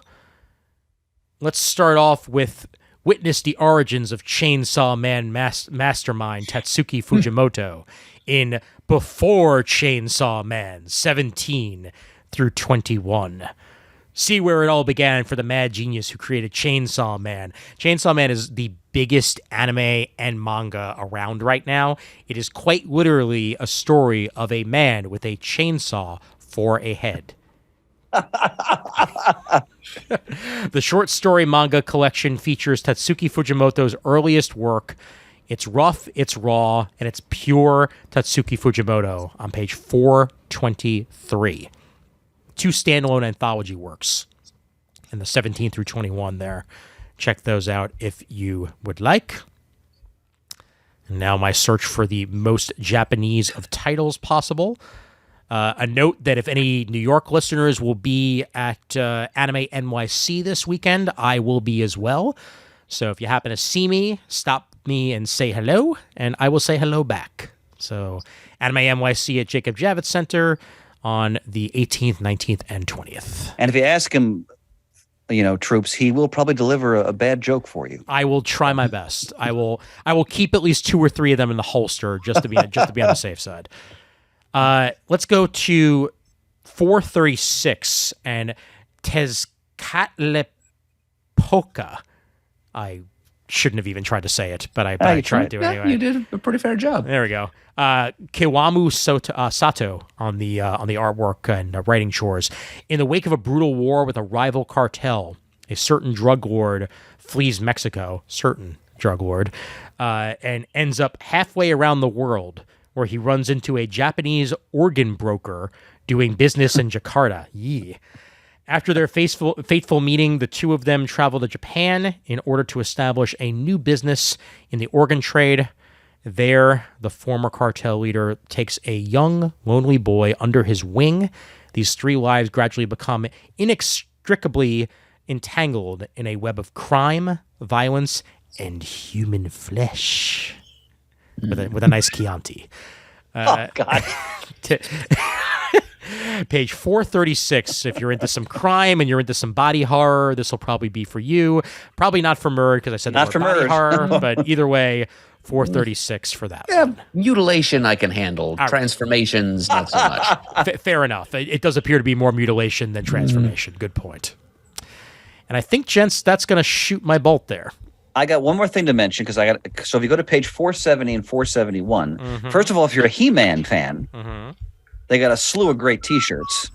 Okay. And opposite page, metal lunchboxes. Oh boy. Wolverine, Daredevil, and let's look at the artwork. The Daredevil ones were made to Junior. They got Black Panther. They got Secret Wars, Spidey in the black costume. And wow. Ian, for you, X-Men from the 90s. Yes. Yep. All with matching thermoses. Yeah, and a classic Ghost Rider from the Bronze Age. There's some cool lunchboxes here. Oh, the Sewer Lair Ninja Turtles one is also right up my alley because that's just straight up right when I was bringing my lunch to school. Yep. Awesome. Gentlemen, I think we've done this previews in record time. Indeed. Yeah.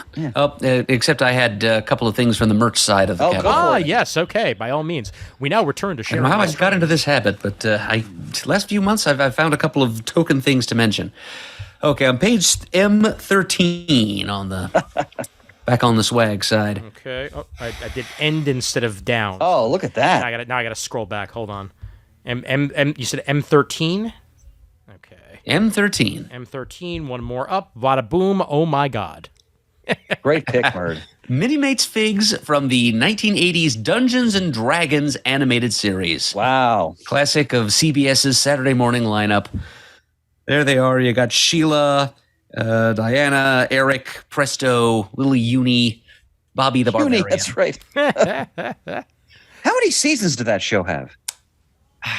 Not more than 2, Okay. maybe not even that many. I've got the whole thing on DVD. The whole thing fit in one DVD collection. Okay. I highly appreciate they're putting out a Dungeons and Dragons movie, and it got delayed a month, and then everybody got to make a joke. It got delayed a month because they couldn't bring their friends together, so they delayed it a month. That's What else, Murd? Only one other thing. Actually, I lied. There are 2 other things. Actually, hold on, Murd. Sorry, 1 second. M16 here. Oh, look at that gorgeous Namor right there. Wakanda Forever. That's a perfect likeness. It sure is. And the wings. They are there. Yep. In all their pinioned glory. Indeed. Ah. Yep. Now, please, by all means, what page were you heading to? Page M55. Okay. Where from reaction figures, we've got a couple of high-end figurines. Certainly not cheap, but attractive reproductions of the characters they're meant to represent. Yep, you're just about there. There we go. Ooh, Yep, yes. there we go. For fans of It's the Great Charlie Pumpkin, Brown in Charlie his Brown. ghost costume. Yep, he had a little trouble with the scissors. Plus, you can remove the sheet, and he's in his Halloween party getup, which is just his street clothes with a black domino mask. Nice. That's cool. It'd be cool if there were a jack-o'-lantern face drawn on the back of his head if you turn him around. Ooh, these are expensive. Wow. Also, he's got a rock. Of course he does. But yes, Chris speaks true. It's $295. So, Ooh. and right below him is the Disney's Alice in Wonderland's Queen of Hearts, complete with a green flamingo croquet mallet. Good stuff. Also $295. And the last thing I'll mention on page 121M. 100. Something. Murd, I love you going to the tchotchke sets. It's awesome. I sometimes I forget there's that many pages of this. Jeez. Okay. Yeah, it goes on and on and on. I know. 121M. Okay, we're getting there. We're getting there. We're getting there. All right. A little bit of holiday flair in the form of drinkware. Oh, Okay, here we go. 121. Oh, yeah. A year without a Santa Claus, geeky tiki mugs in the shape of Heat Miser and Snow Miser. Nice. They're too much. And there's the solicitation underneath there for movie and television tin totes, including Knight Rider, apparently. Mm-hmm. Yep. So even more lunchboxes. I love how they have a Kurt Russell The Thing lunchbox. It's not very appetizing. And an American Werewolf in London. Yeah, I'd love to see the like the parent that buys this for their 5-year-old. Is like, okay, you're going to kindergarten with American Werewolf in London. Somebody will somewhere. Yes, you're exactly right, Chris. Somebody will. Yep, absolutely. All right, gentlemen, I think our bolt has been shot. Okay, fantastic. That was an excellent romp through previews in record time, and happy to do it all the way around. Now, before we wrap up, 2 things of note. One, this is our final episode before Thanksgiving. Yes. So I'd like to just, thank you guys so much for sticking with us, and I hope you have a happy and a hearty Thanksgiving for you in the U.S. who are celebrating. And for release on Thanksgiving itself, we will be releasing From the Vault, a previously lost video version of an episode that was released, episode 1636, that Mr. Chris Eberly meticulously put together as a triple action Marvel cosmic spotlight. Yes. Of, what was it, Captain Marvel, Adam Warlock, and the Silver Surfer. There you go. The video had been sitting unreleased since 2017, and I pieced together a working version with good audio. And Levenstein. It'll now be available for everybody on the YouTube. So it's going to be released at 9 a.m. on Thanksgiving, and you'll have the audio version to listen to as well as a Classic Geek Speak episode on that very same date. So please stay tuned to that. And last but not least, I'm announcing here, I've already announced it on Twitter and on Facebook, that our cornucopia of comics conversation this year will be a super Zoom. So if anybody wants to join in on the fun, join us. Please join in, join the Zoom. We'll be happy to have you. And anybody can join that. I actually created a tiny URL that's easier for me to actually get people to go to, rather than the very, very long Zoom link. So as I bring that up right now on the Twitter, you can go to tinyurl.com/superzoom22. That's tinyurl.com/superzoom22. Doors will open around 8:30 on November 30th. And we're going to record a full cornucopia with as many geeks as we can possibly get, plus as many fans of the show as would like to participate. And I'm sure we'll call on you at times. And if you have any questions, and feel free to bring them up along with comments, and we'll be happy to have you. And if I may, Ian, I just want to point out to the listeners that the 2 features Ian just promoted. I forget his names tonight. Yeah, right? Ian is just promoted are just exemplars of how he is the heart of this show. There is no show, ladies and gentlemen, without Ian Levenstein. These are 2 perfect examples of that. Ian, I salute you, sir. I appreciate it immensely, Chris. And honestly, it's been a heck of a year, and I want to make sure to end it on a super duper high note for everybody. And that's one way to do it. So, all right. Thank you very much. And as usual, patreon.com/comicgeekspeak for any of you who would like to donate to the show in any way, shape, or form. We highly do appreciate it for as low as $1 a month. You keep the lights on, and you keep us releasing these episodes. And yeah, we thank you for it. And we'll try to get back in the studio again in the not too distant future. Indeed.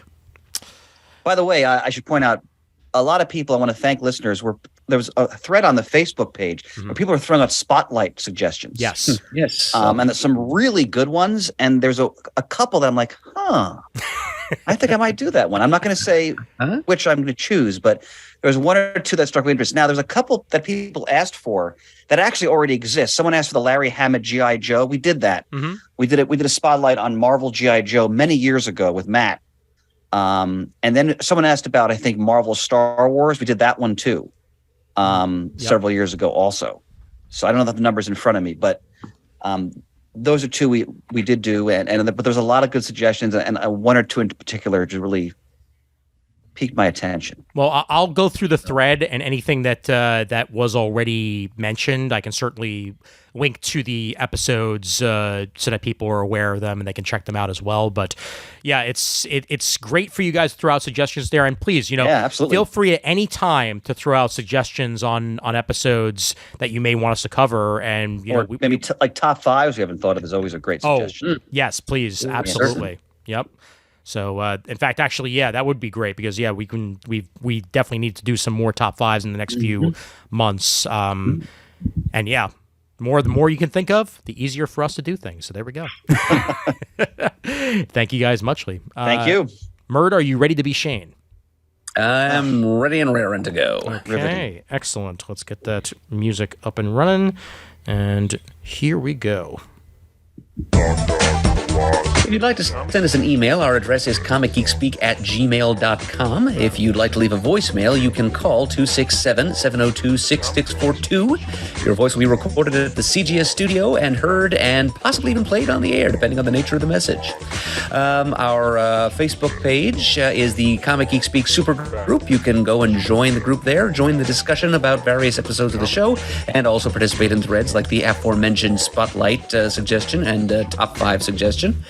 You can also follow us on Twitter. Our handle there is @ComicGeekSpeak, or you can go to thecomicforums.vanillacommunity.com, our original online forums, where you can also leave feedback for us, which is always read and appreciated. You can go to youtube.com/ComicGeekSpeak to see video versions of all of our recent episodes, including this one. It's very handy for following along with our review of the previews catalogs every month. We give special thanks, as always, to those of you who have donated to the show monetarily. We truly appreciate it, and the show would not be what it is today without your help. And as always, we are uniting the world's mightiest heroes, one listener at a time. You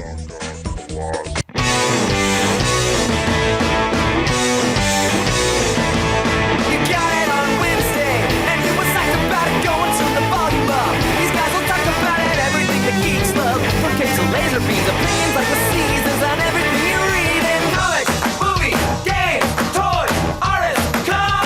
Comic Geek Speak, comic Geek Speak, comic Geek Speak, comic Geek Speak, comic Geek.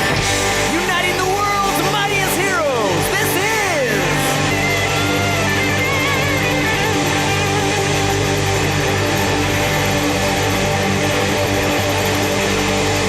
Comic Geek Speak! That is that.